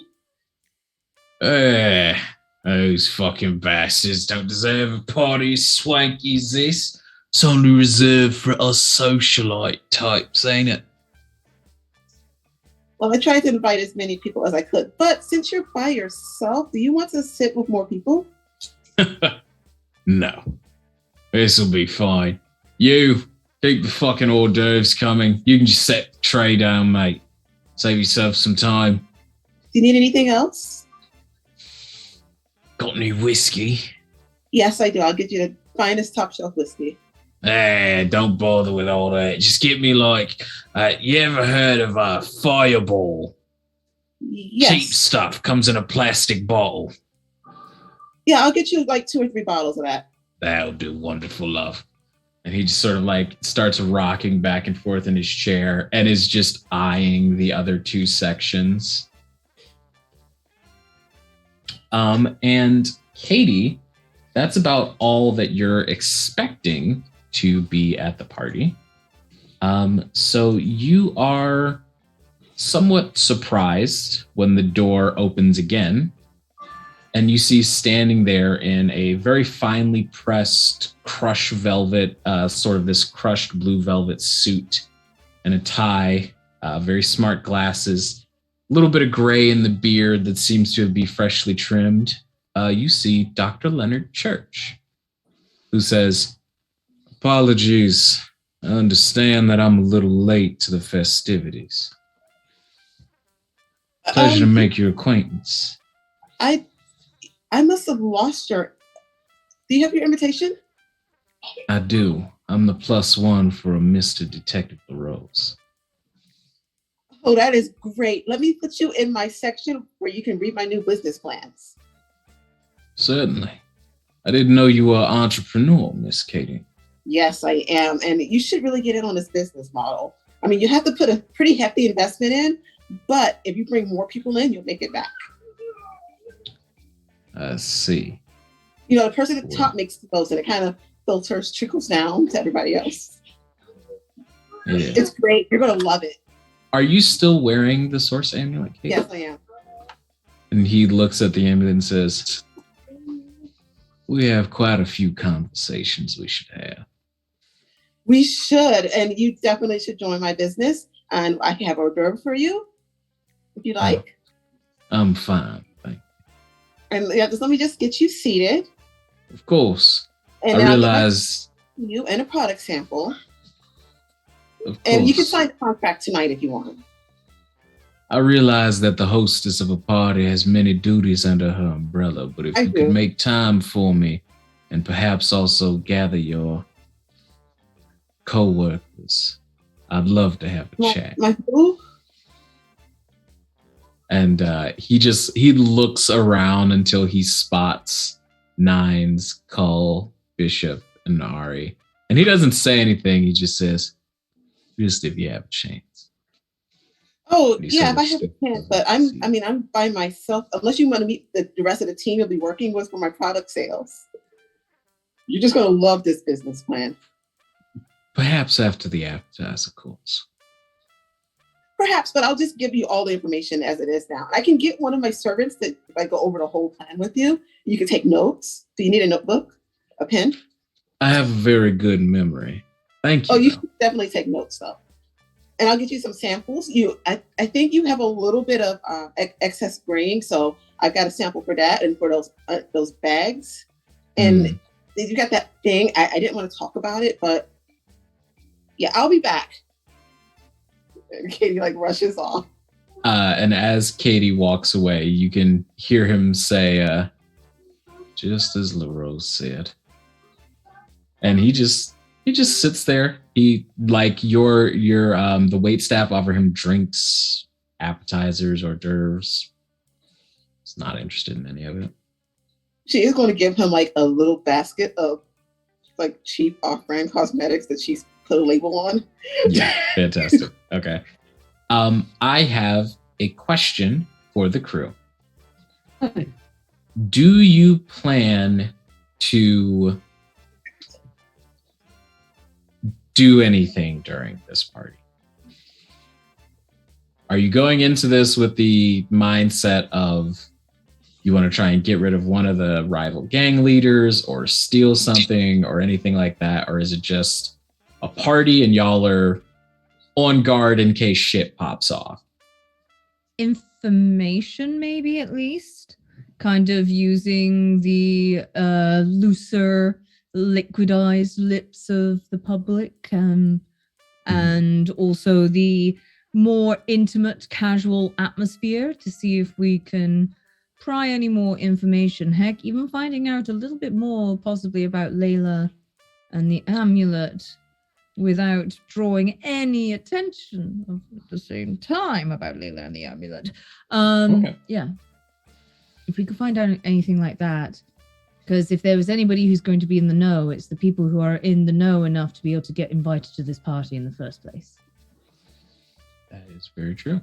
When people are mingling, Cole's gonna make himself scarce to just watch the perimeter. Okay. I believe Johan is arrogant enough to come by himself, but I just want to make sure. For sure.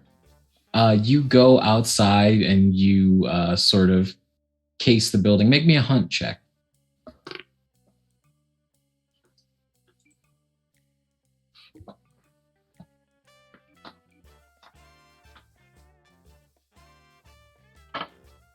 Four. Okay. With a 4, as you're going around, you do see at the end of the street, there is a group of fairly tough-looking, tatted guys who are just like smoking cigarettes, and they notice you, and one of them gives like this, like the teeth are very yellow, and he just like. But outside of that, it's nothing more than normal traffic. Yeah, Cole's just gonna slip into dark places around the mansion. Okay. Pretty Off much in the disappearing. shadows. For sure. Sounds good. Did anyone else have anything in particular they'd like to do at the start of this dinner party? I want to keep an eye on LaRose and Guest. Detective LaRose is not here. Oh, so he doesn't ever show up. So then I'd like to keep an eye on the person who claims to be LaRose's guest. Yep. Not too close, but, at the next table over, walking by to go to the bathroom. Okay.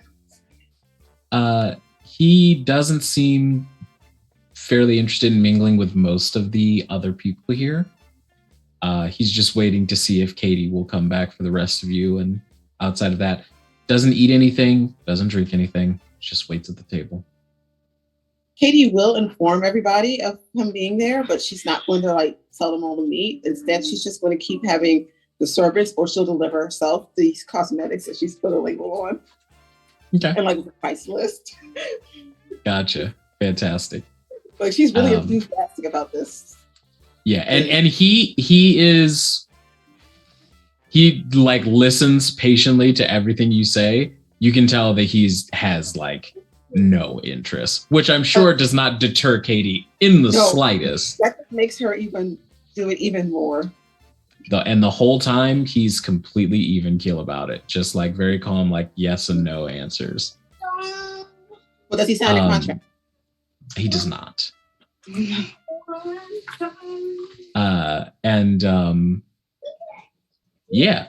Past a certain point, you will see that Jameson will come up to Nines, if Nines is around to be spoken to, and say, "So, it's a nice ship." Yeah, isn't it? You, Captain, don't seem like the seafaring type. Not really. Never had one before. Mm. Yeah, You own a eventually, right? very large ship. Oh. Sorry, I didn't see you there, Ari. Or Miss Ari. Apologies. I'm never too far away from Nines. Well, the funniest thing about that dock is it's been around for a long time. Long time. There's always been one ship that sat in that dock that just gathered dust. It's called the That one, isn't it? Freelancer. Yeah. Funny, isn't it? Indeed, it is quite odd, isn't it? So many odd things happen in this city. Who can keep So count many. anymore? There's no point in trying to keep count. As soon as you think you've got a handle on something new shows up and just throws your plans out of whack.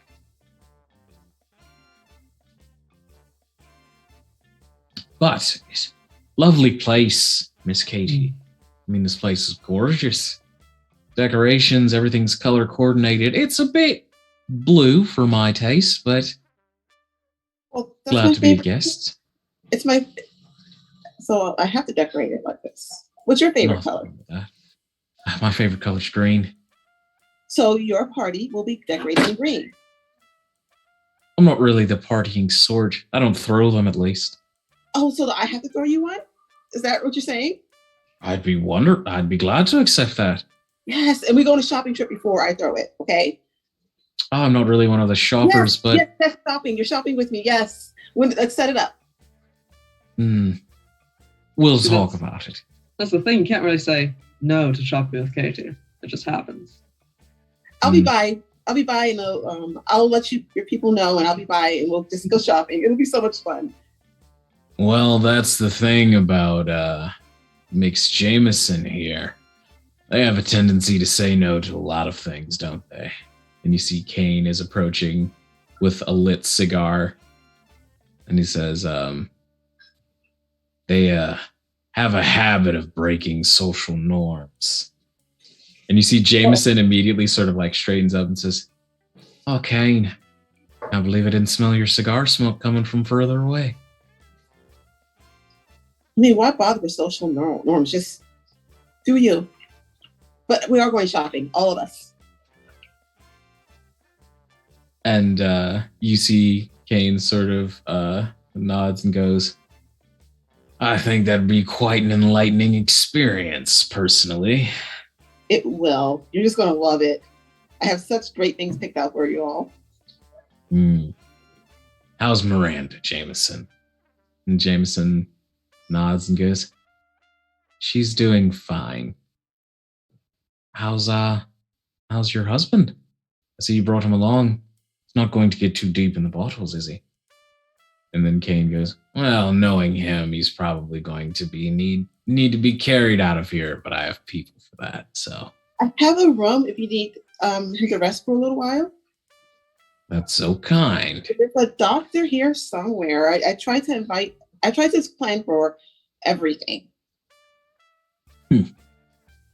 That's a good habit to keep, especially in our line of work. You mean my business selling makeup products? Yes, indeed. Speaking of makeup products, I hear that the Thousand Idols refinery was recently tipped over in a terrible, terrible theft job. Yeah, wasn't that a shame? Such a shame. And you see Kane sort of like looks over to Jameson and says, shame indeed. Whoever did that is definitely worth their salt in the criminal world, I can tell you that much. Quite legitimizing a job like that. I know nothing about the criminal world at all, but I do know about getting you all some hors d'oeuvres. And it's at this point that Yodhill sort of saunters up with an empty tray. Says, well, if you get more, I'm a bit peckish still. He just chucks it on the ground. Says, so what's this meeting of the minds about, lads? Having fun? It's a party. Music leaves a little to be desired, but I'm not one for all the frou-frou drinks. I suppose that's right up your alley, isn't it, Jameson? And Jameson, now having been slighted twice, is beginning to visibly look a little irritated and say, yes, well, Yodhill, I'm surprised that you can manage to find a suit to fit such a large frame. I expected you to show up in an oversized potato sack almost. Well, I was told that this is a place with the fancy frou-frou, and I figured there'd be lots of politicking, so I put on my best clothes. And Well, Kane, go ahead. The party will happen soon. We have a DJ, I believe, arriving shortly, right? Right, we do. We have someone specifically with their own very unique music taste, nothing like you've ever heard before, to entertain tonight. Right, Katie? Right. I planned for everything. Every possibility I planned for. Oh, is that so? Yes. And it's around that time that you hear ting, ting, ting, ting, ting. Hello, ladies and gentlemen, and all those who find themselves outside and inside of the gender spectrum. Welcome to this lovely party. My name is Alize Pentadragon. I will be providing the music and also some extracurricular entertainment if anyone's interested. It's so good to see everybody getting along. And she sort of like grabs the sides of Jameson and Kane, who look like very confused down at her. And she says, but before we get to all the fun bits, I just have to know, which of you is going to try and crash the party first? Just so I can know how to respond. And you see they all sort of like raise an eyebrow and look at you three. And Kane goes, a guest of yours, Miss Katie? Yes, isn't she great? And if you are going to crash the party, that's fine. You don't even have to tell me. I'll figure it out. And you see Jameson sort of like very pointedly takes their arm out of Alize's grasp and goes, I don't believe we've had the pleasure And she extends a hand and says, I'm Jameson Revolt. And she shakes it and goes, as I said, I'm Alizé Pentadragon. You know, Revolt is kind of on the nose for a chosen last name, don't you think? Like, I get that you want to keep your whole, like, identity on hush hush, but... And you see Jameson sort of blushes a little bit and goes, I'm sorry, it seems that you know a bit more about me than I know about you. Are you from Duskfall? And she goes, oh my god, no, ew. It smells like fish everywhere you go here. But if you excuse me, I've got to get these tunes going. And you see that she starts playing on her phone very loudly. And she takes a cup so that it's like kind of amplified a little bit. And she plays Skyfall by Adele. And she says, isn't this just so dramatically perfect? It's like a Bond movie. You guys don't even know who Bond is. Oh my god. Where's Cull? Cull would love James Bond. Well, either way, and she sort of like comes up behind Katie and rests her chin on Katie's shoulder. And she says, I hate to be a father, but I've got an appointment with the doctor. So you all have fun, and I'll be back. Make him sign a contract. And she starts skipping her way over to where Dr. Church was.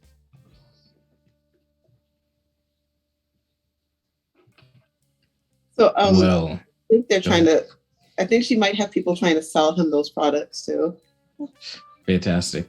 For like for like some tiny thing. Alizé immediately signs the contract and pays to ship as many products as she has to. I don't think products actually exist. And you see that Kane sort of like turns, no longer smiling, and says, she's an interesting one. Yeah, isn't she great? She's something. Yeah, she seems like an honest one, that one. She's probably the most interesting of you lot that I've met. Though I did think there were only 5. Well, you're very interesting too. I just want you to know that. Mm-hmm. I really would like to get to know you better. Well, we certainly can make that happen. And he sort of like leans down very skeezily at you with like these yellow teeth, smiling. And despite having been eating hors d'oeuvres all night, which don't have garlic in them, his breath is somehow garlicky. Well, how about you call me after the party and we'll talk? Oh, fancy. Absolutely. I haven't had the thrill of the chase in a while. I have to dust off my seducing jacket. And you see he just picks up another like gut rot plastic bottle of whiskey and just starts chugging it and just walks off. And Jameson goes, that man is truly and utterly disgusting. I hate him. I'm glad I have a supply of that whiskey for some reason. That's not because I drink it on my own. And Kane goes, now, as someone who's very adamant about the way that certain business is handled, if you are going to associate with that Alizé woman, I'd teach her a bit of the more subtle ways that things operate in Duskfall. Well, some people you can not teach things to. They have to learn them on their own. And when you work with people like that, you learn to make accommodations and, be very frugal with what you share with them. That's good to know because mistakes can be very costly in Yes, the field of selling makeup. they can. Yeah. Don't worry. I'll make sure she gets the full beginner's package. Hmm. Now you Well. are great sales. I'm sure you're a great salesperson. You would get the more advanced package, especially since you know more about how business runs around here. You know the ins and outs. You know who to talk to about certain things. Indeed, I do. I sort of make it my business to know what goes on in this city. Exactly. Everything. You're the perfect person for this business venture. Hmm.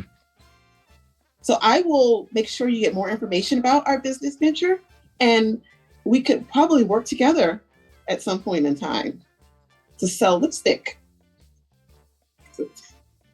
I was hoping to establish connections like that, but maybe after you're finished with your training.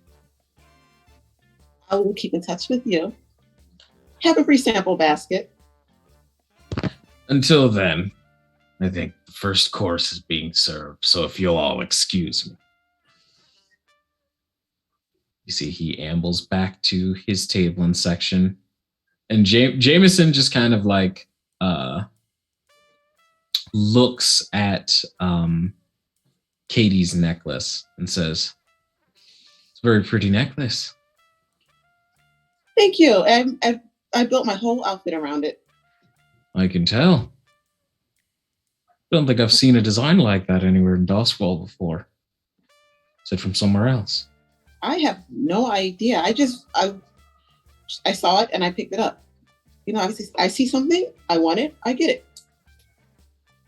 Hmm. You haven't noticed? And she just like looks around at the mansion and smiles. Oh, I noticed, Miss Katie. Suppose I should get back before the subs unionize. Thank you for your graciousness. Anytime, look, in touch. And she makes her way back over to the table proper. And Alize sort of like just starts calling from the table where Dr. Church is and says, "Yoo-hoo! He wants to talk to you all. I don't know if that wasn't communicated, but he wants to talk to like everyone." Oh yeah, I've got to get did he sign the contract? No, he's a hard sell, but I think I'll get him there. I'm wearing him down. I want to get some more samples. I've got a $40 lipstick that I'm going to bring for him. Okay. Could you also bring the rest of the crew, like the Blue Ghosts, to come talk to him? The who?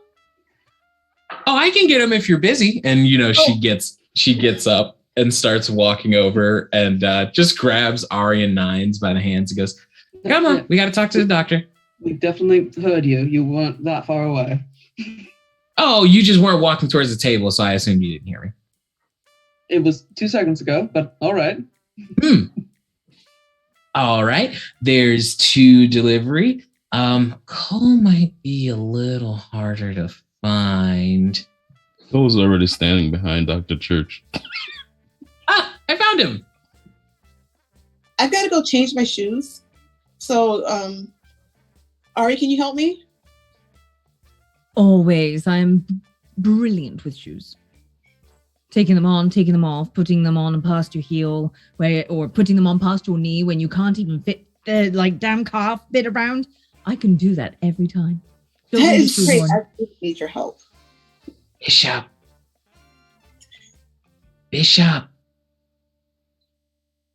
Yeah, I need Bishop to stand guard at the door. Bishop, come on, you too. Did you go. find her? I haven't seen her in days. Well, now things are just more difficult then. I don't know. I can stand here and wish for her to appear, but I don't think that's how that works. No, I guess she just won't be here yet. I hate cliffhangers. She sits Okay, so down. Katie's making this harder for Church. Absolutely. When she's doing 100%. Clear, yeah. pretty obviously to everyone involved. And Dr. Church does look up at Nines and Cole and say, good evening. It's nice to finally make your acquaintance. My name's Dr. Leonard Church, though I think you knew that already. Please, have a seat. Of course. Nines Romtal, at your service. Nice to meet you. I don't think your friend Katie wants to talk to me very much. I can't see why. She's a very sociable sort. Yes, she but is a little hard to get to when you haven't signed her contract. That's the only reason we're allowed to talk to her is because we've signed it, actually. It's quite a little infuriating, but it's part of the process. I've learned better than it. It's a blood bond, too. Have you ever heard of a pyramid scheme? You do know that that's just all this is, right? Pyramids. I've heard of pyramids. I've heard of schemes. Together? Not like sort of besides the point at this current juncture. I just wanted to talk to you about a particular artifact that I found one day back in my days as the Leviathan ship captain. Your friend's, she's wearing it at the moment. What? An artifact? I mean, She has a lot of weird jewelry, but an artifact I find a bit... It's not surprising, but... I suppose I should just lay cards on the table. There's no need for the show of things. I'm quite aware of what's been going on. In fact, I'm also aware of the fact that you're now in possession of what was once my Leviathan ship, which is completely fine. The old thing's just been collecting dust, so I'm glad someone's going to put it to use. I just had a question about the amulet. And I was wondering if you heard anything. Any voices or visions of any type? Like, well, if you pick up a seashell and put it to your ear, and you can just hear the voices and echoes of people once past? Sort of, yeah.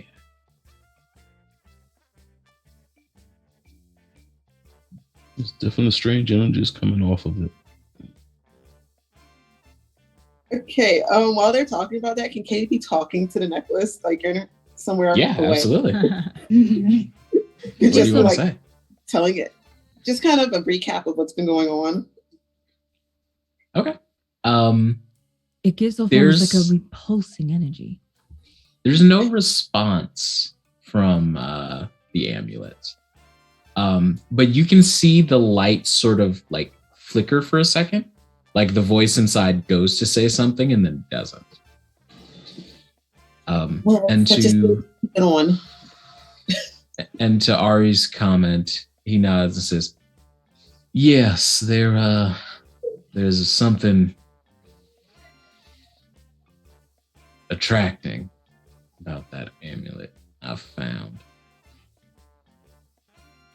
I just wanted to warn Miss Katie, since she seems to be the one wearing it, that amulet generally attracts trouble. So you might want to keep your eye out for it." Can Katie come back down with a camera? Sure. Okay. She's going to hand it to the closest person in the group. I don't know who wants to grab it first and just be like, please take my picture in this amulet. And let's start posing. You snap pictures. And Dr. Church sort of looks at Ari and is like tapping his finger against the table and says, "Do I know you from somewhere?" "I don't know, you strike me as familiar, but I can't quite place it."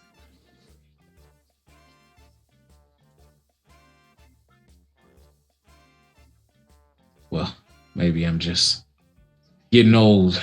Memory's the first thing to go, they always say." Or maybe we just have one of those pieces. Dr. It looks Carter? like everyone. It's not a. Dr. Carter does begin to rush over as you call for him. Oh, Huh? I meant that Dr. Carter. And she points to church. Oh, that is confusing. Apologies. And you see, he sort of looks up and goes, church. No, I don't go to church anymore. Dr. Carter, can you take this picture for me? I unfortunately am allergic to the dust that's required to activate the flash of the camera. My apologies. Oh, okay. So will you take one with me? Certainly. She's just going to like pull church in for a photo. Like, okay, this is me and Dr. Carter taking a picture. Like the big old cameras. Yeah. Nines, when you look at the picture of Dr. Church, there's someone standing behind him. That's not Cole. That's not Cole, no. Okay. You see hair standing on end, fiery red, translucent, pale and covered in freckles. You see a glowering spirit stand beside Leonard Church.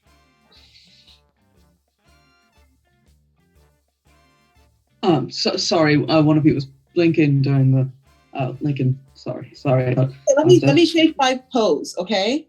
Yeah, no, I just have to crank it for a little bit to get the photo juice running again. You want to get in the picture with me? Always. Yes, this is perfect. Ari runs on in and immediately is there, just like, okay. Okay, Dr. Carter, you turn a little bit to the side. And you see this time when you snap the Voguing. photo, Nines, that the spirit has moved slightly. And just as the picture is being taken, Dr. Church looks over his shoulder, like directly where the spirit would be. And the picture's taken. And he buttons his suit jacket and says, well, thank you for the hospitality, but I do have much work that I have to finish taking care of. Did you sign the contract yet? No, I have no interest in makeup's not really my field. It will do great with you. I have hand creams too and lotions. And you see he buttons his jacket and just nods at you while you're talking and says, I hope in the future that we'll be able to speak again. We will, Dr. Carter. I'll see you later. And you see he makes his way towards the exit and leaves. I'm gonna flip this picture around immediately once he leaves. And you all see like what can only really be described as a revenant standing behind Church. Is Katie, it the lady picture? yeah. You also hear coming from the amulet, we need to kill him. Okay, I'll let everyone know once we have a little more quiet. But There's no you all response. There's no further response from the necklace. A good heart. All right. It's interesting. And yeah, you see in the picture. Everyone make me an attune roll.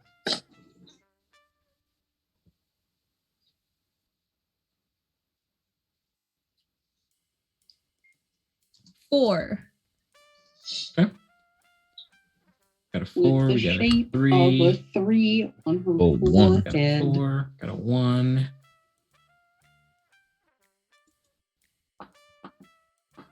1 minute. Sorry, it's not rolling for me. Take your time. Come on, give me a good number, please. Just load and show a good number. Soon. Just load and give me a number, please. I believe. Why are you doing this to me? Yes, I'm yelling at a dice roller. But That- I can say preemptively for my 4, Ari, you feel malice in the air. There's just a deep, righteous anger that's coming off the amulet in waves. And for a second, you almost catch yourself feeling irritated as well. Like there's a small amount of anger that starts to like burble up in your chest. Okay, so then Katie, you are also feeling this same sensation. And for a second, standing amongst the 5 of you, as the rain outside continues to fall and there's a crack of lightning, you see a silhouette of a woman in a lab coat with red hair tied back in a ponytail, covered in freckles, and looking very angrily out the window as Dr. Church is walking by. You also notice that he sort of stops and turns, setting the umbrella down for a second, and looks up at the window, and then continues to walk.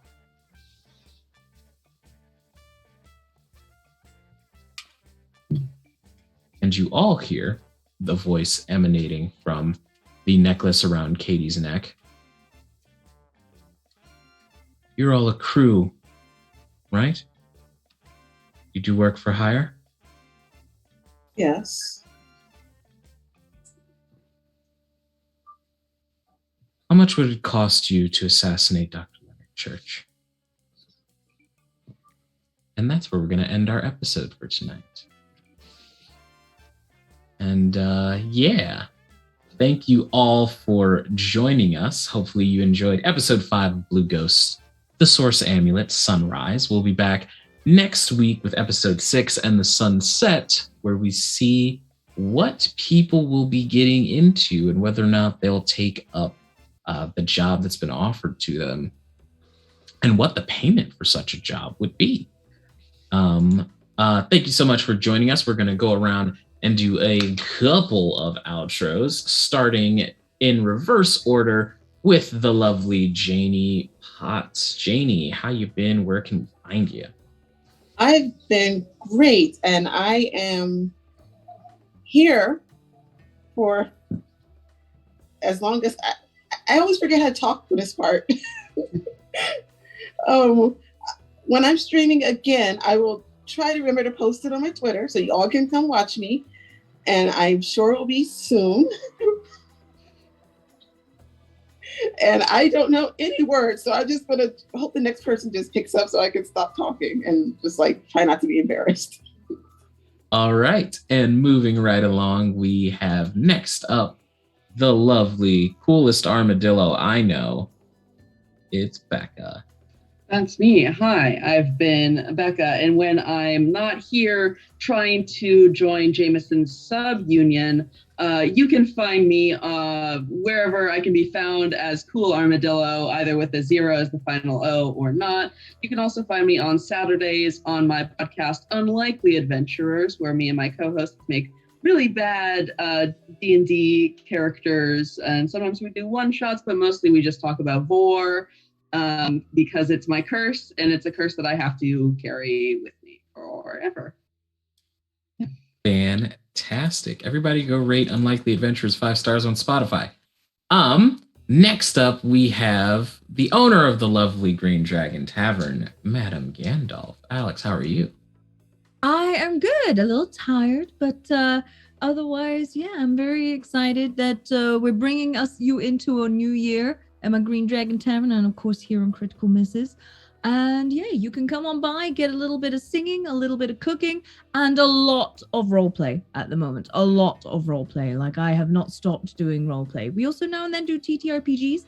But yeah, come on by for a little bit of adventure and have a drink on me. Thank you so much. Fantastic. And next up, we have the effervescent Ryan. How you doing? Going on? I'm Zinx or Ryan. You usually find me hanging around a bunch of channels around Twitch when I'm not lurking here. Hell yeah. Fantastic. And then we have our resident arcane goth. I am Max. I am Arcane Goth anywhere on the internet that I want you to find me. I will be over on TTRPG next Tuesday with the finale of our campaign in the Between, the Victorian Horror System. On Wednesdays, I am here with the lovely crew of the Blue Ghosts. And otherwise, I am a free agent at the moment. Fantastic. And we also want to send a wonderful thank you and love to our producer / channel owner for being behind the scenes, behind the keys. Go follow them at Panita on Twitter. And we can then move on to whoever the fuck this nerd is. Hi, I'm D. I am a voice actor, streamer, musician, professional GM all across the internet. On Mondays, you can find me here for Kingsguard, where I play Ade Zuko. On Tuesdays, you can find me over on TTRPG for that finale episode of The Between. Wednesdays, I am here. And on Thursdays, you can join me on my channel for the greatest team on all of Twitch and in all of esports, the Dub Club. We always win. Never lost a single game in our entire lives. Don't check the VOD. Why would you check the VOD? I just told you we always win. I spoiled the end for you. Me, along with my co-hosts, Mallard Man and Husha Kid, we always get dubs, nothing but wins over and over and over. And I am, in fact, the reigning and retaining TTRPG Universal Champion. And if you want to find out how you can win some bling like this, you should follow me on Twitter at It's the Riddler. And who knows, maybe I'll be doing, we also just started a new podcast that I GM called Through Hollow Flames that you can follow on Twitter. We released our first episode yesterday. I'm very excited to record more. It's in my homebrew world of Maneus, which is the same world that these people are traipsing through right now. And if you want to know why some of the things in this campaign are the way they are, just listen to Through Hollow Flames, because it matters. And with that, I have other secret things that are in the works, and we might be doing some horror in February. Who knows? Who knows? Stay tuned. But that is all for us tonight. We are going to raid into the Noir Enigma, who I believe is playing Alien Isolation, I think is what they're playing right now. So we're going to go in, show our loves, and our raid call for this episode is going to be... we're here to steal your hearts, so get that stuff ready. And if you got any critical misses, emotes to use, make sure you drop them. Go ahead and show Noir some love. They are great. And until the next time we see you, be good people, everybody. See you later. Bye.